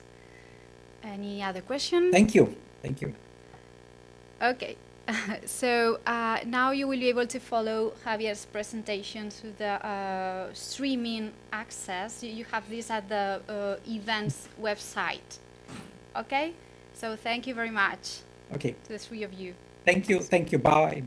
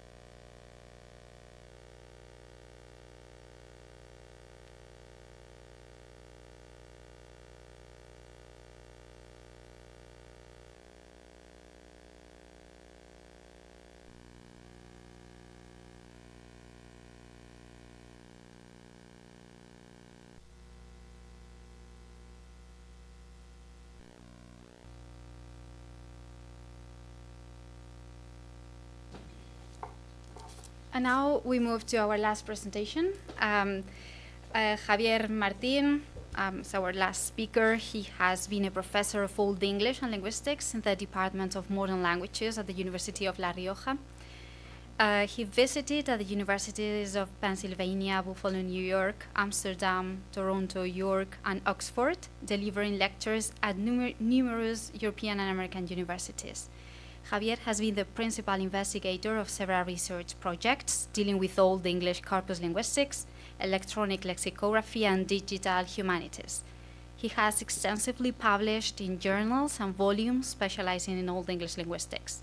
Recent publications in this area include word alignment in a parallel corpus of Old English prose, from asymmetry to intersyntactic annotation, published in Corpora in Translation and Contrastive Research in the Digital Age, Benjamin's, and The Syntax and Semantics of the Old English Predicative Construction, published in Studying Language Change in the 21st Century, Theory and Methodologies, Brill.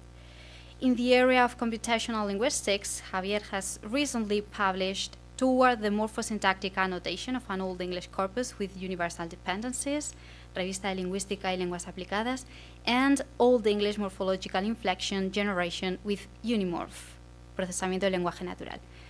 Thank you, Javier. The floor is yours. So thank you, Raquel, for a very kind presentation. Today's talk is about how to generate Old English text. This is a project which aims to improve computational models, which ultimately requires more data.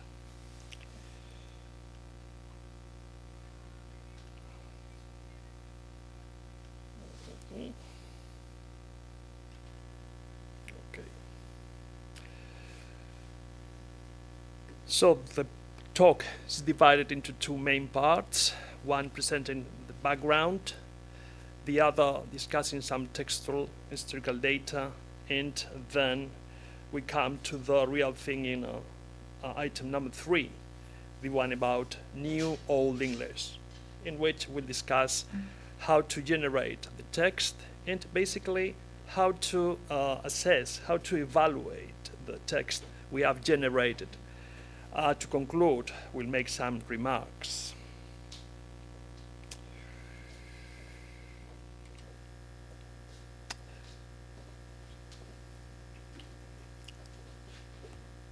So the aim of natural language processing, thank you, is the implementation of tasks of language generation and understanding and linguistic analysis with computational methodologies. As opposed to the vast amounts of linguistic material available for natural languages, the computational processing of historical languages has to cope with the absence of corpora of sufficient magnitude.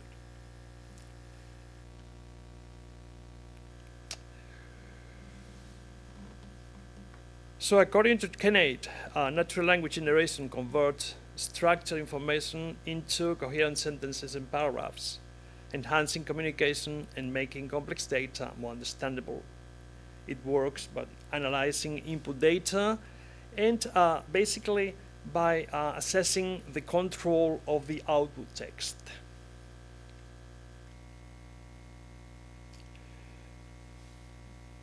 So far, the task of generation in this project has been carried out by large language models.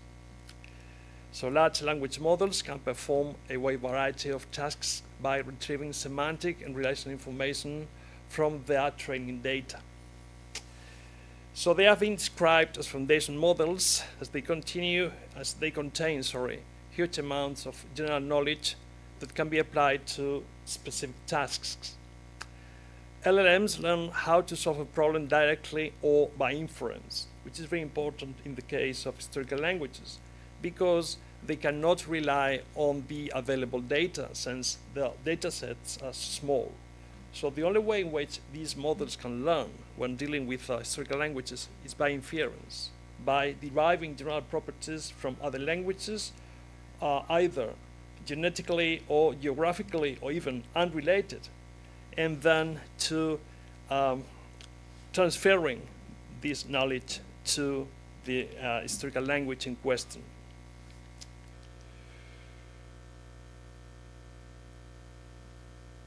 So the crux of text generation is obviously evaluation.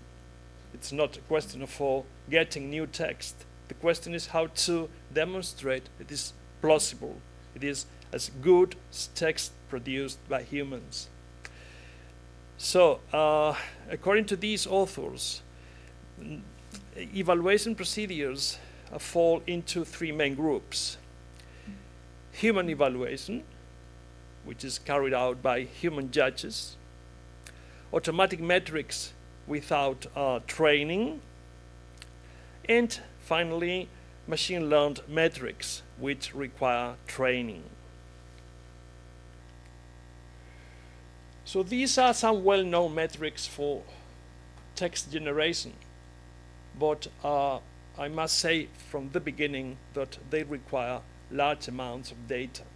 So at the present moment, we are dealing with very short texts, and these metrics are not really suitable. Anyway, BLEU measures the similarity between the generated text and one or more reference texts. It basically calculates the overlap of n-grams between the generated and the model text. So it was originally designed for machine translation, but at the moment it is used for the evaluation of generated text. But SCORE, which uses embeddings, and MOV, which is designed to evaluate open-ended text generation.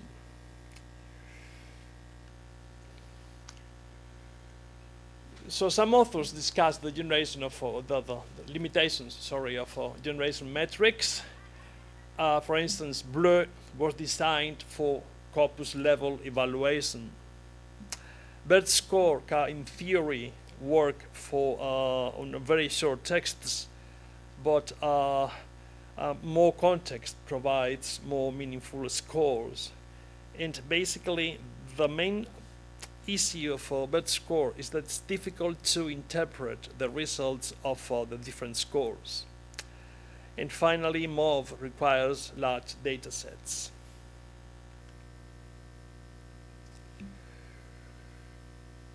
So, as I said before, we are going to rely on the artificial intelligence chats behind which we have large language models. And these models, as foundation models, can retrieve semantic and relational information from their training data. So in order to turn out accurate results, an input context alone could be enough, or even just a prompt, just a set of instructions, as we'll see in a few minutes. When we don't provide examples or further instructions, the strategy is called zero-shot learning. Whereas if we add some examples or a more detailed prompt, we are probably dealing with a few-shot learning. Anyway, what we have done so far is zero-shot. The model is prompted straight away. Now, just a few remarks on Old English, just in case you're not familiar with the stage of English called Old English. It's the period of the English language spoken in England between approximately the 5th and the 11th centuries. Written records comprise approximately 3 million words in around 3,000 texts, and main dictionaries were published at the turn of the 20th century, more than 100 years ago, and there is a project going on entitled Dictionary of Old English, which has published up to the letter L, or part of the letter L so far. The main textual sources include several corpora, the most comprehensive of which is the Dictionary of Old English Web Corpus. And then we have two annotated corpora, which include morphosyntactic annotation, the prose and the poetry segments of the York corpus. So the idea of writing new Old English is not new. There are some previous experiences.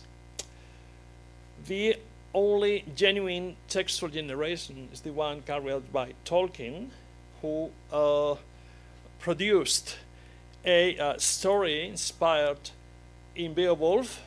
It's titled Serge Sharoff, and it was published along with the translation commentary of Beowulf, which came out around 10 years ago or 15 years ago. So Robinson translated some sections of Beowulf into a different dialect. That's really a challenging exercise. And we also have some grammar books, anthologies, or readers, which come up with some very short segments of Old English just for the purpose of training students. More recently, a book has been published entitled Old English Medievalism, which includes a section on the translation and composition of Neo-Old English. They have coined the term Neo-Old English. So there are 3 articles, one of which, 3 chapters actually, one of which deals with poetry by Rafa Pascual, and then there's another one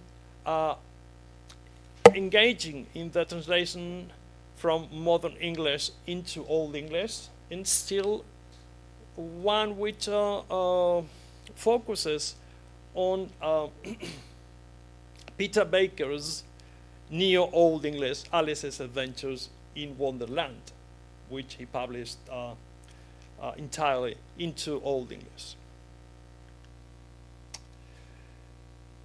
So now we turn to the question of which kind of data do we have to rely on in order to produce plausible Old English text, which should have 3 main characteristics. It should be reliable in terms of its depiction of historical events. It should be compatible with the style of the texts we have kept, and it should be grammatically correct and semantically transparent and interpretable. So on the question of textual and historical data, we are going to revise very quickly these aspects, and we are going to see how they are relevant for the question of reimagining the role of women in medieval texts. So beginning with the Norman Conquest, I'm sure everybody is acquainted with the basics. Apparently, in the year 1051, the King Edward the Confessor of England promised the throne of England to William of Normandy. 15 years later, Edward died. He died childless, but the crown went to the local guy. Hal Godwinson was a very powerful earl, was the Earl of Wessex, and he was crowned king. However, there were another 2 claims to the throne, because apparently Edward had many relatives, right? So the King of Norway invaded England from the north, and well, the English managed to defeat the Norwegians, but a few days later the Normans landed at Pevensey, and there was a huge battle near Hastings in a place called Battle. Harold got killed, and the Norman rule of England began with William the Conqueror, or the Bastard for others, sorry. So we are very lucky because William the Conqueror's wife commissioned a tapestry which depicts, of course, the Norman point of view. The tapestry tells the story of Harold Wilson being a traitor, being loyal and faithful to his oath to William himself, and of course William being the rightful heir to the English crown. So,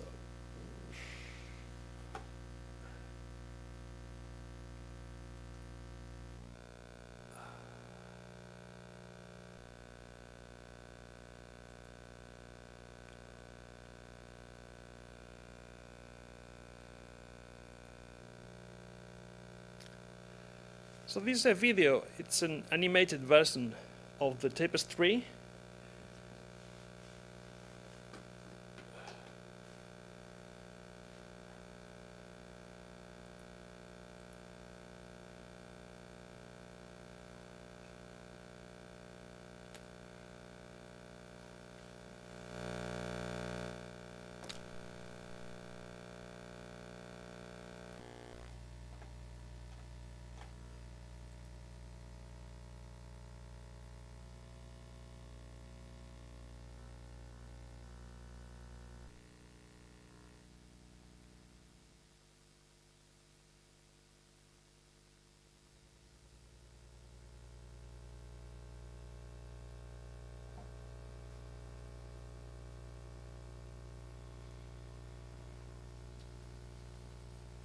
That's the coronation of Harold,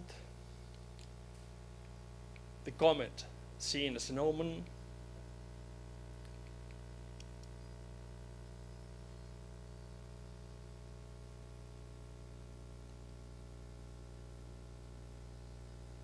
These are the Normans building ships to invade England.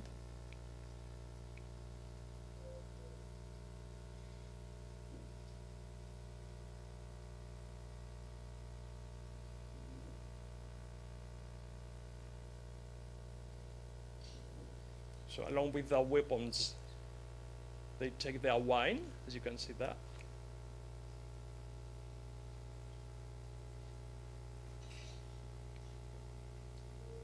And their horses, because the Normans fought on horseback, unlike the English. So that's the fleet crossing the channel.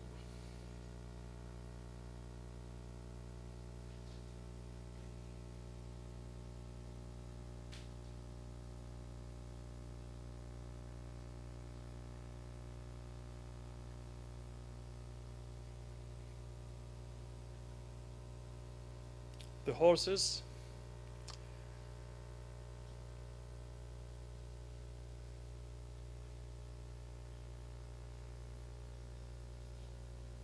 the Norman camp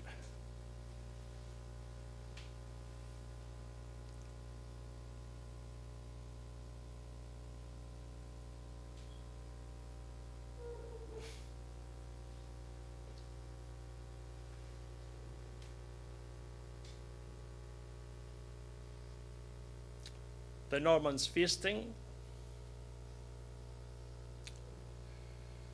and building defenses.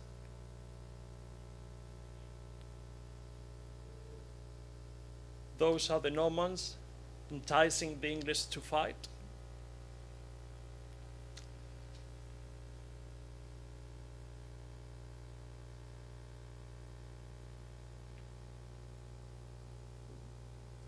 That's Norman cavalry.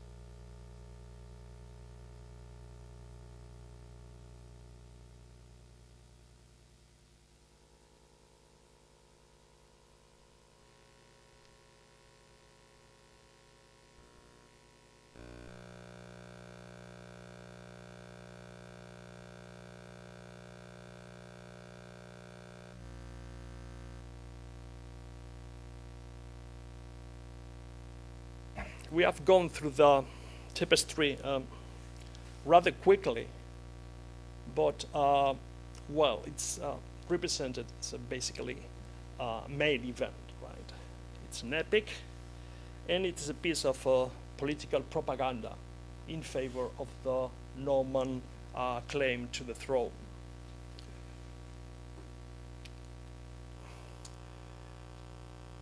There are very few scenes in which women appear, including that one, in which we can see a woman with a child and they are fleeing from a burning building.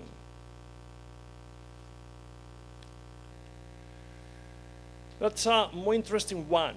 That's supposed to be Ealf Givu, who was Harold Baldwinson's Scandinavian wife. So Harold had two wives, one to whom he was married by the Christian rite and another one married through the Scandinavian rite. Both were noble women. Ealgifu was a Welsh princess, and he was probably the person he spent his life with. Anyway, and the scene from the tapestry, there is a clergyman, which we know because he's tonsured. He has no hair here. And apparently he is chastising Asyivu because she is not married to Harold by the Christian rite. But, well, there are some doubts regarding the meaning of the scene, but it's clearly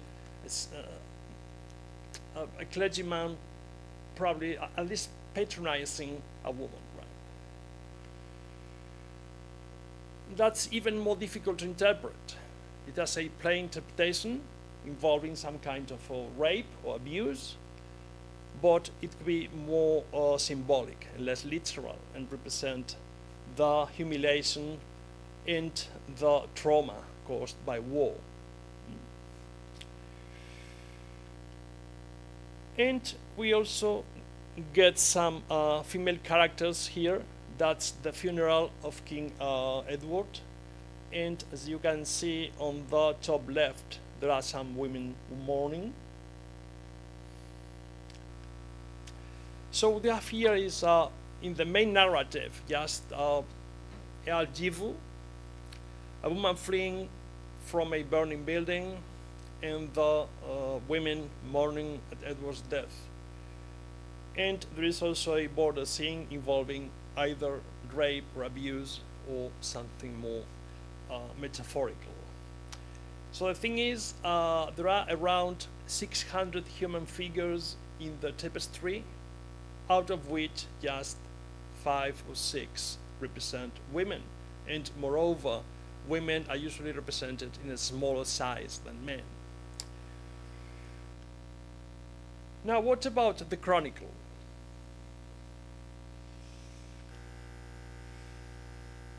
The most extensive narrative about a woman in the Anglo-Saxon Chronicle concerns Ethel Fled. So the key entries include 912, 915, 917, 918. I'm going to play the contemporary English version.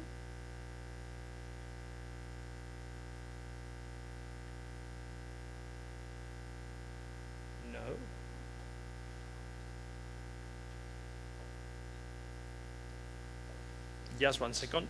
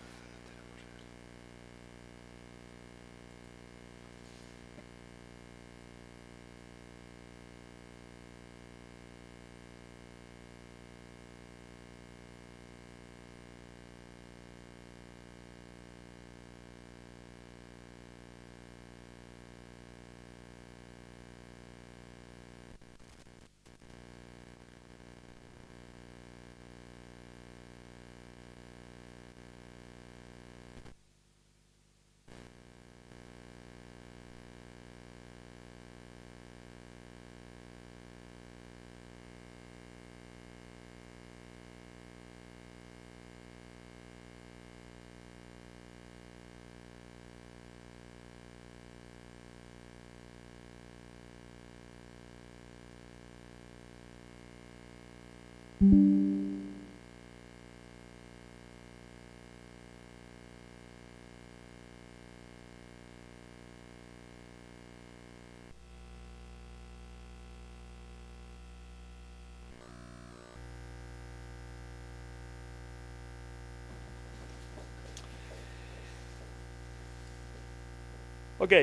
after the technical interval, I was saying that the most extensive narratives in the Anglo-Saxon Chronicle make reference to Æthelflæd, so I'm going to play the contemporary English version. 912.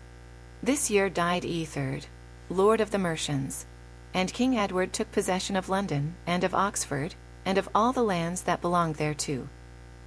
And Ethelfuld, Lady of the Mercians, with all the Mercians to the gate of Chester. 915. Here Ethelfuld, Lady of the Mercians, went with all the Mercians to Tamworth, and built the fortress there in early summer, and afterwards, before Lammas, that at Stafford. 917. Here in this year Ethelfuld, Lady of the Mercians, with God's help, before Lammas, got possession of the fortress that is called Derby, with all that belonged thereto.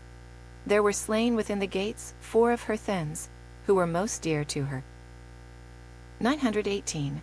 Here in this year Ethelfuld, Lady of the Mercians, died, 12 days before midsummer, in the 8th year of her rule over the Mercians with rightful lordship, and her body lies at Gloucester within the east chapel of St. Peter's Church.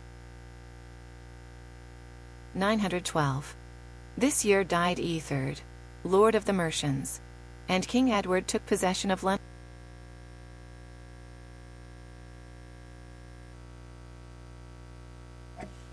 So the second most detailed narrative concerns Emma of Normandy. 1001. In this year came Emma Yelefgiva to be the lady, to marry, which I'm going to skip.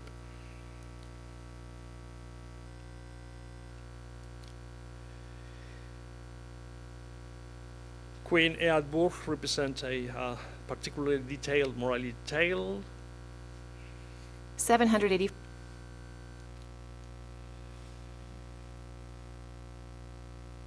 Story of Queen Eadburh is remarkable for describing female military action. 700. And story of Queen Margaret is notable for describing emotional and spiritual responses. 1000. So the sort of patterns we find in the presence of women in the Anglo-Saxon Chronicle comprise, for instance, the female agency in military matters, a female role in administrative achievements, political marriages and their consequences, a personal tragedy and its political implications, and also moral failing and its consequences. We are going to focus on the years 1066 and 1067 because these 2 years have more references or show more references to women than the entries to other years. So we find references to both Edith and Harold's wife. 1000. Accounts of Matilda's consecration and a reference to Githa. And his wife in this. So we have 2 women on the move, Edith, who goes to Wilton, and we also have Harold's wife presence in Oxford, and some actions are depicted in the entry for 1067, including Matilda's, who was William the Conqueror's wife, arrival and consecration as queen, as well as Githa's exile to St. Omer.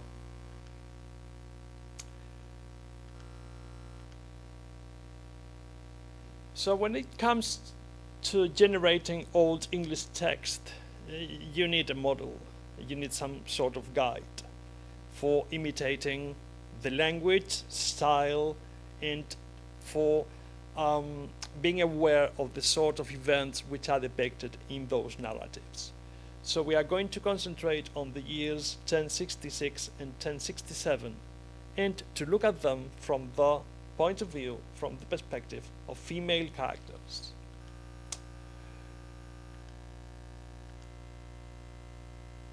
So the method of text generation is with a chart of artificial intelligence. Actually, we have chosen 3, and without much prompting.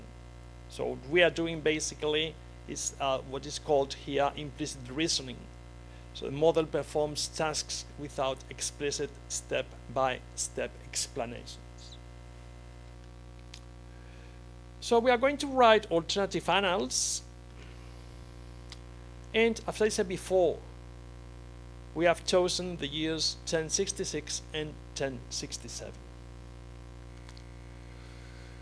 We have used Claude 3.5 Sonnet, Gemini 1.5, and GPT 4.0.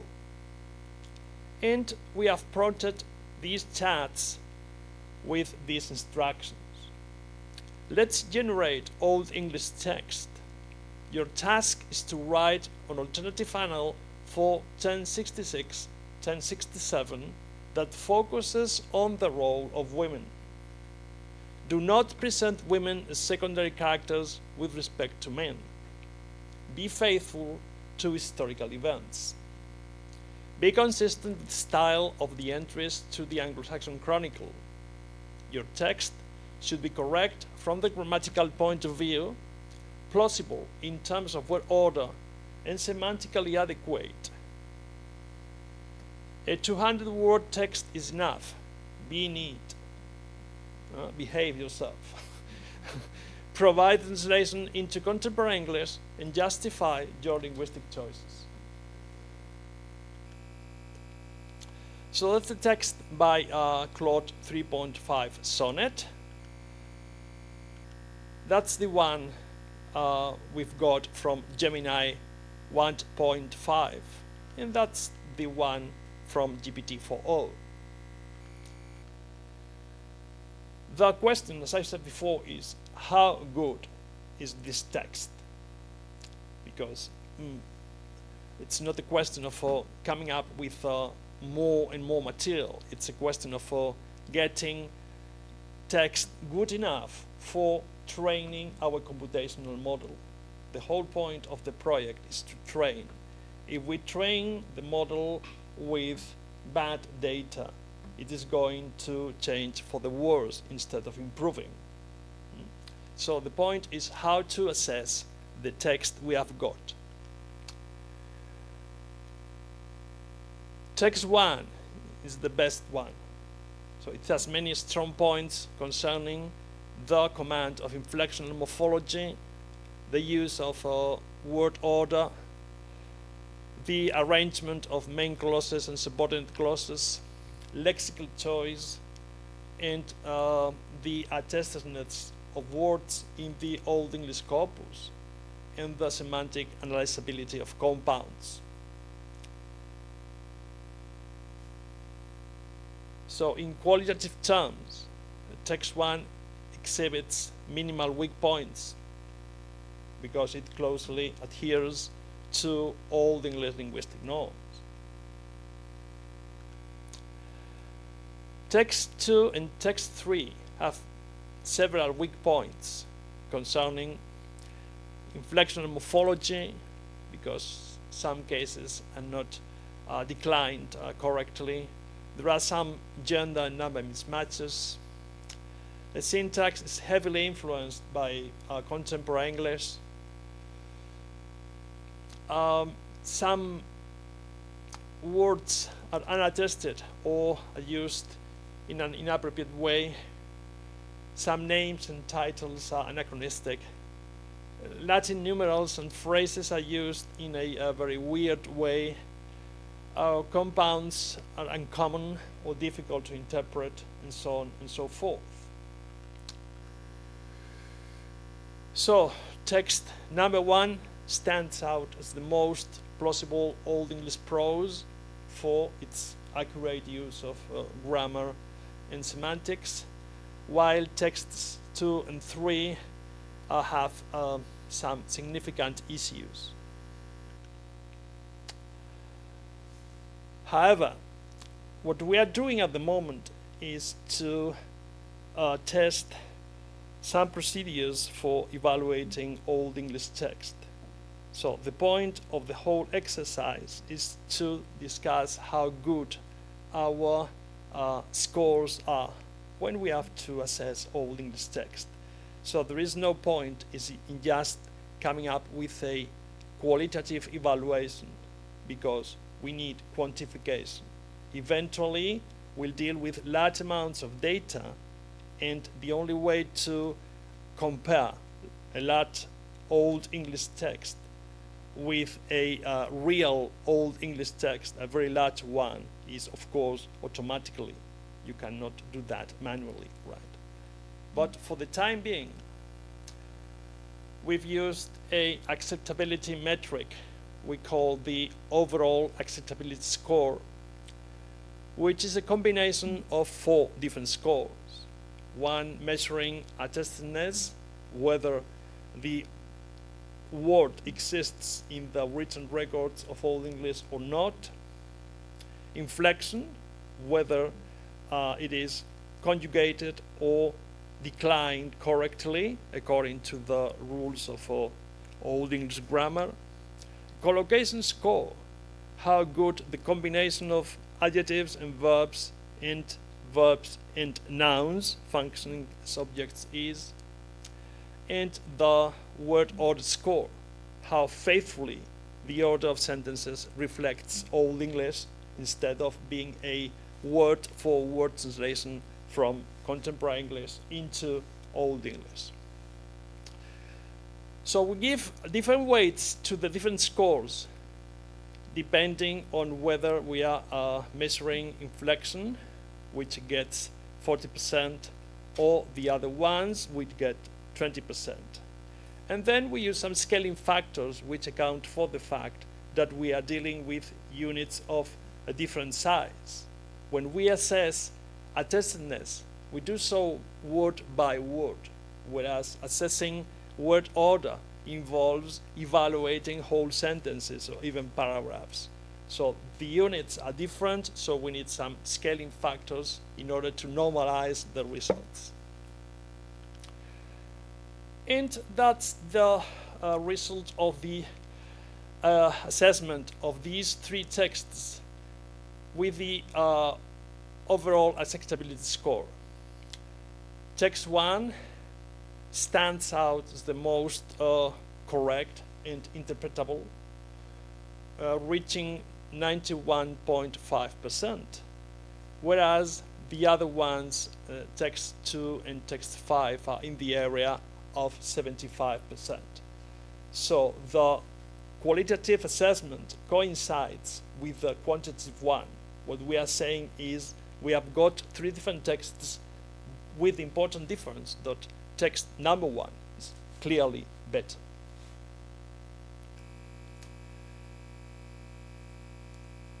And this is text number 1.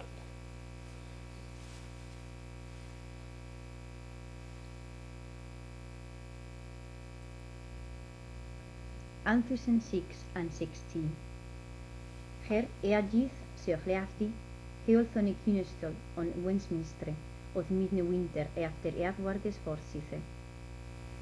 Heoseal de Harold, takunen jerdas, and hefen to riche.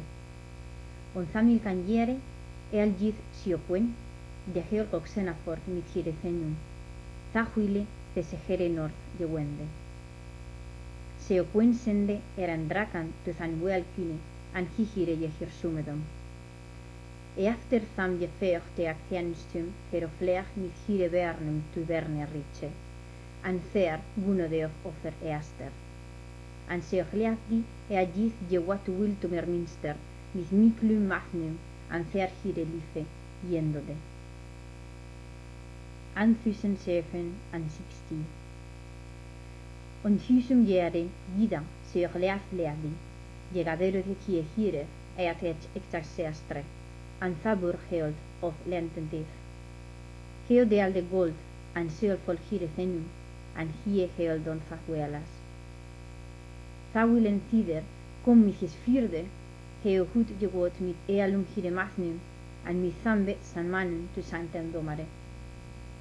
An echter erstrum mertith, se noman divseg leafdi, kom tu englelande mit miklum worde, an mit meanum praestum. Heo thaun huitan sunas deai, buerto quini jehalgot wernistre, an hire sealdi se archbishop, thoni kynejert. Heo sunavigan kyrikan tu godine mit golde, an mit seolfre, an mit ealum relicum. Thabut waran hire tu bugan, an gafon guldon.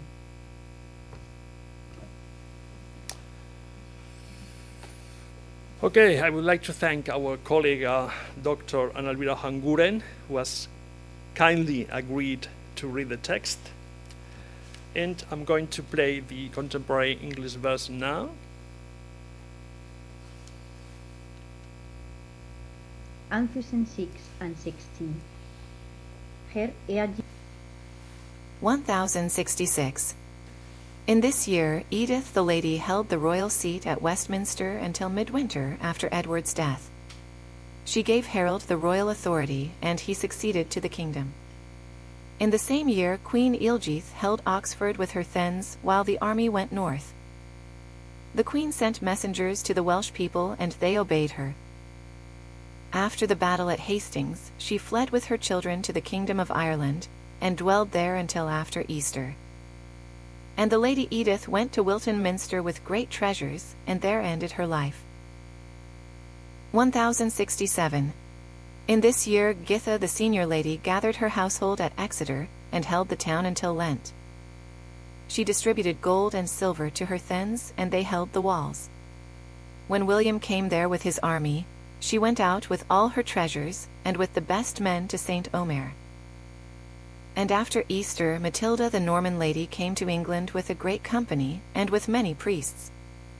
Then on Whit Sunday she was consecrated as queen at Westminster, and the archbishop gave her the royal authority. She immediately began to endow churches with gold and silver and with holy relics. The townspeople submitted to her and paid tribute. So as you can see, we have got text which is faithful in terms of the historical events depicted, which conforms to the rules of Old English inflection, word order, and grammar in general, and which contains semantically interpretable and attested words from Old English. So this is a remarkable result from a general model, because these models are not supposed to be able to cope with very specific tasks directly, and we have not given much context, and we have simply relied on the training of the model, its capacity to find relations, and of course its ability to learn by inference from other languages. So the result is spectacular, and it of course allows us to evaluate our scores, the ones we are going to use when we deal with more text or even other procedures needed for using automatic procedures of text evaluation.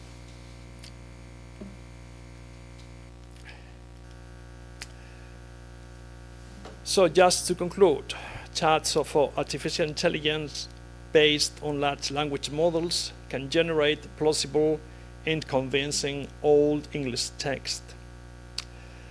It's a remarkable feature of large language models that they can learn by inference, which is clearly needed in the case of Old English, for which not enough data are available for training from scratch. For the purposes of this task, Claude 3.5 Sonnet has performed clearly better than Gemini and GPT-4o, but this cannot be generalized without further research. The strategy of generating text with AI chats allows us to define the test scores of acceptability that include linguistic structure and the expression of meaning. The shift to a point of view that does not minimize the role of women completely may resignify feminine roles in medieval texts, at least by stressing silence and invisibility. Further research should turn to larger chunks of text, which should be evaluated with automatic procedures. And that's all. Thank you. Thank you, Javier, for a truly interesting presentation. So now time for questions. Is there any question for, yep, just Ra.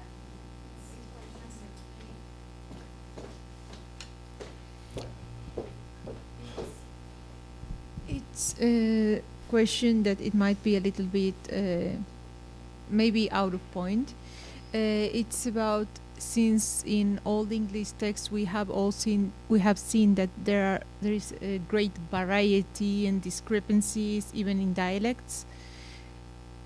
Do you worry, or does the acceptability mathematic problem that you showed us there consider those varieties or dialectal varieties? Do you think that that might generate a RP Old English? The varieties of Old English are represented in various ways. I mean, whereas the West Saxon is clearly overrepresented. Most texts are written West Saxon, and most texts come from the late period.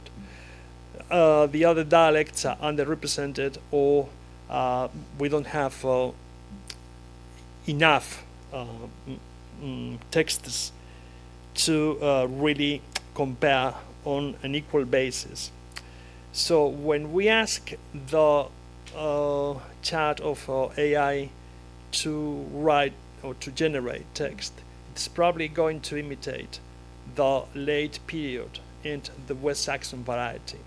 So no provision has been made in the overall acceptability score for the question of regional varieties, and it has caused some problems because some forms were identified or were assessed as wrong inflections, which in fact constitute regional varieties.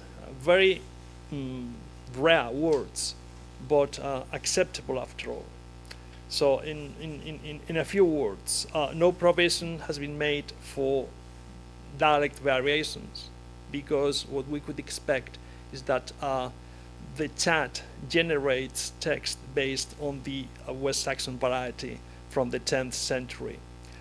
When we generate our own text, we are going to use same model data. So it's probably going to be the case that the style is going to reflect the late variety of West Saxon.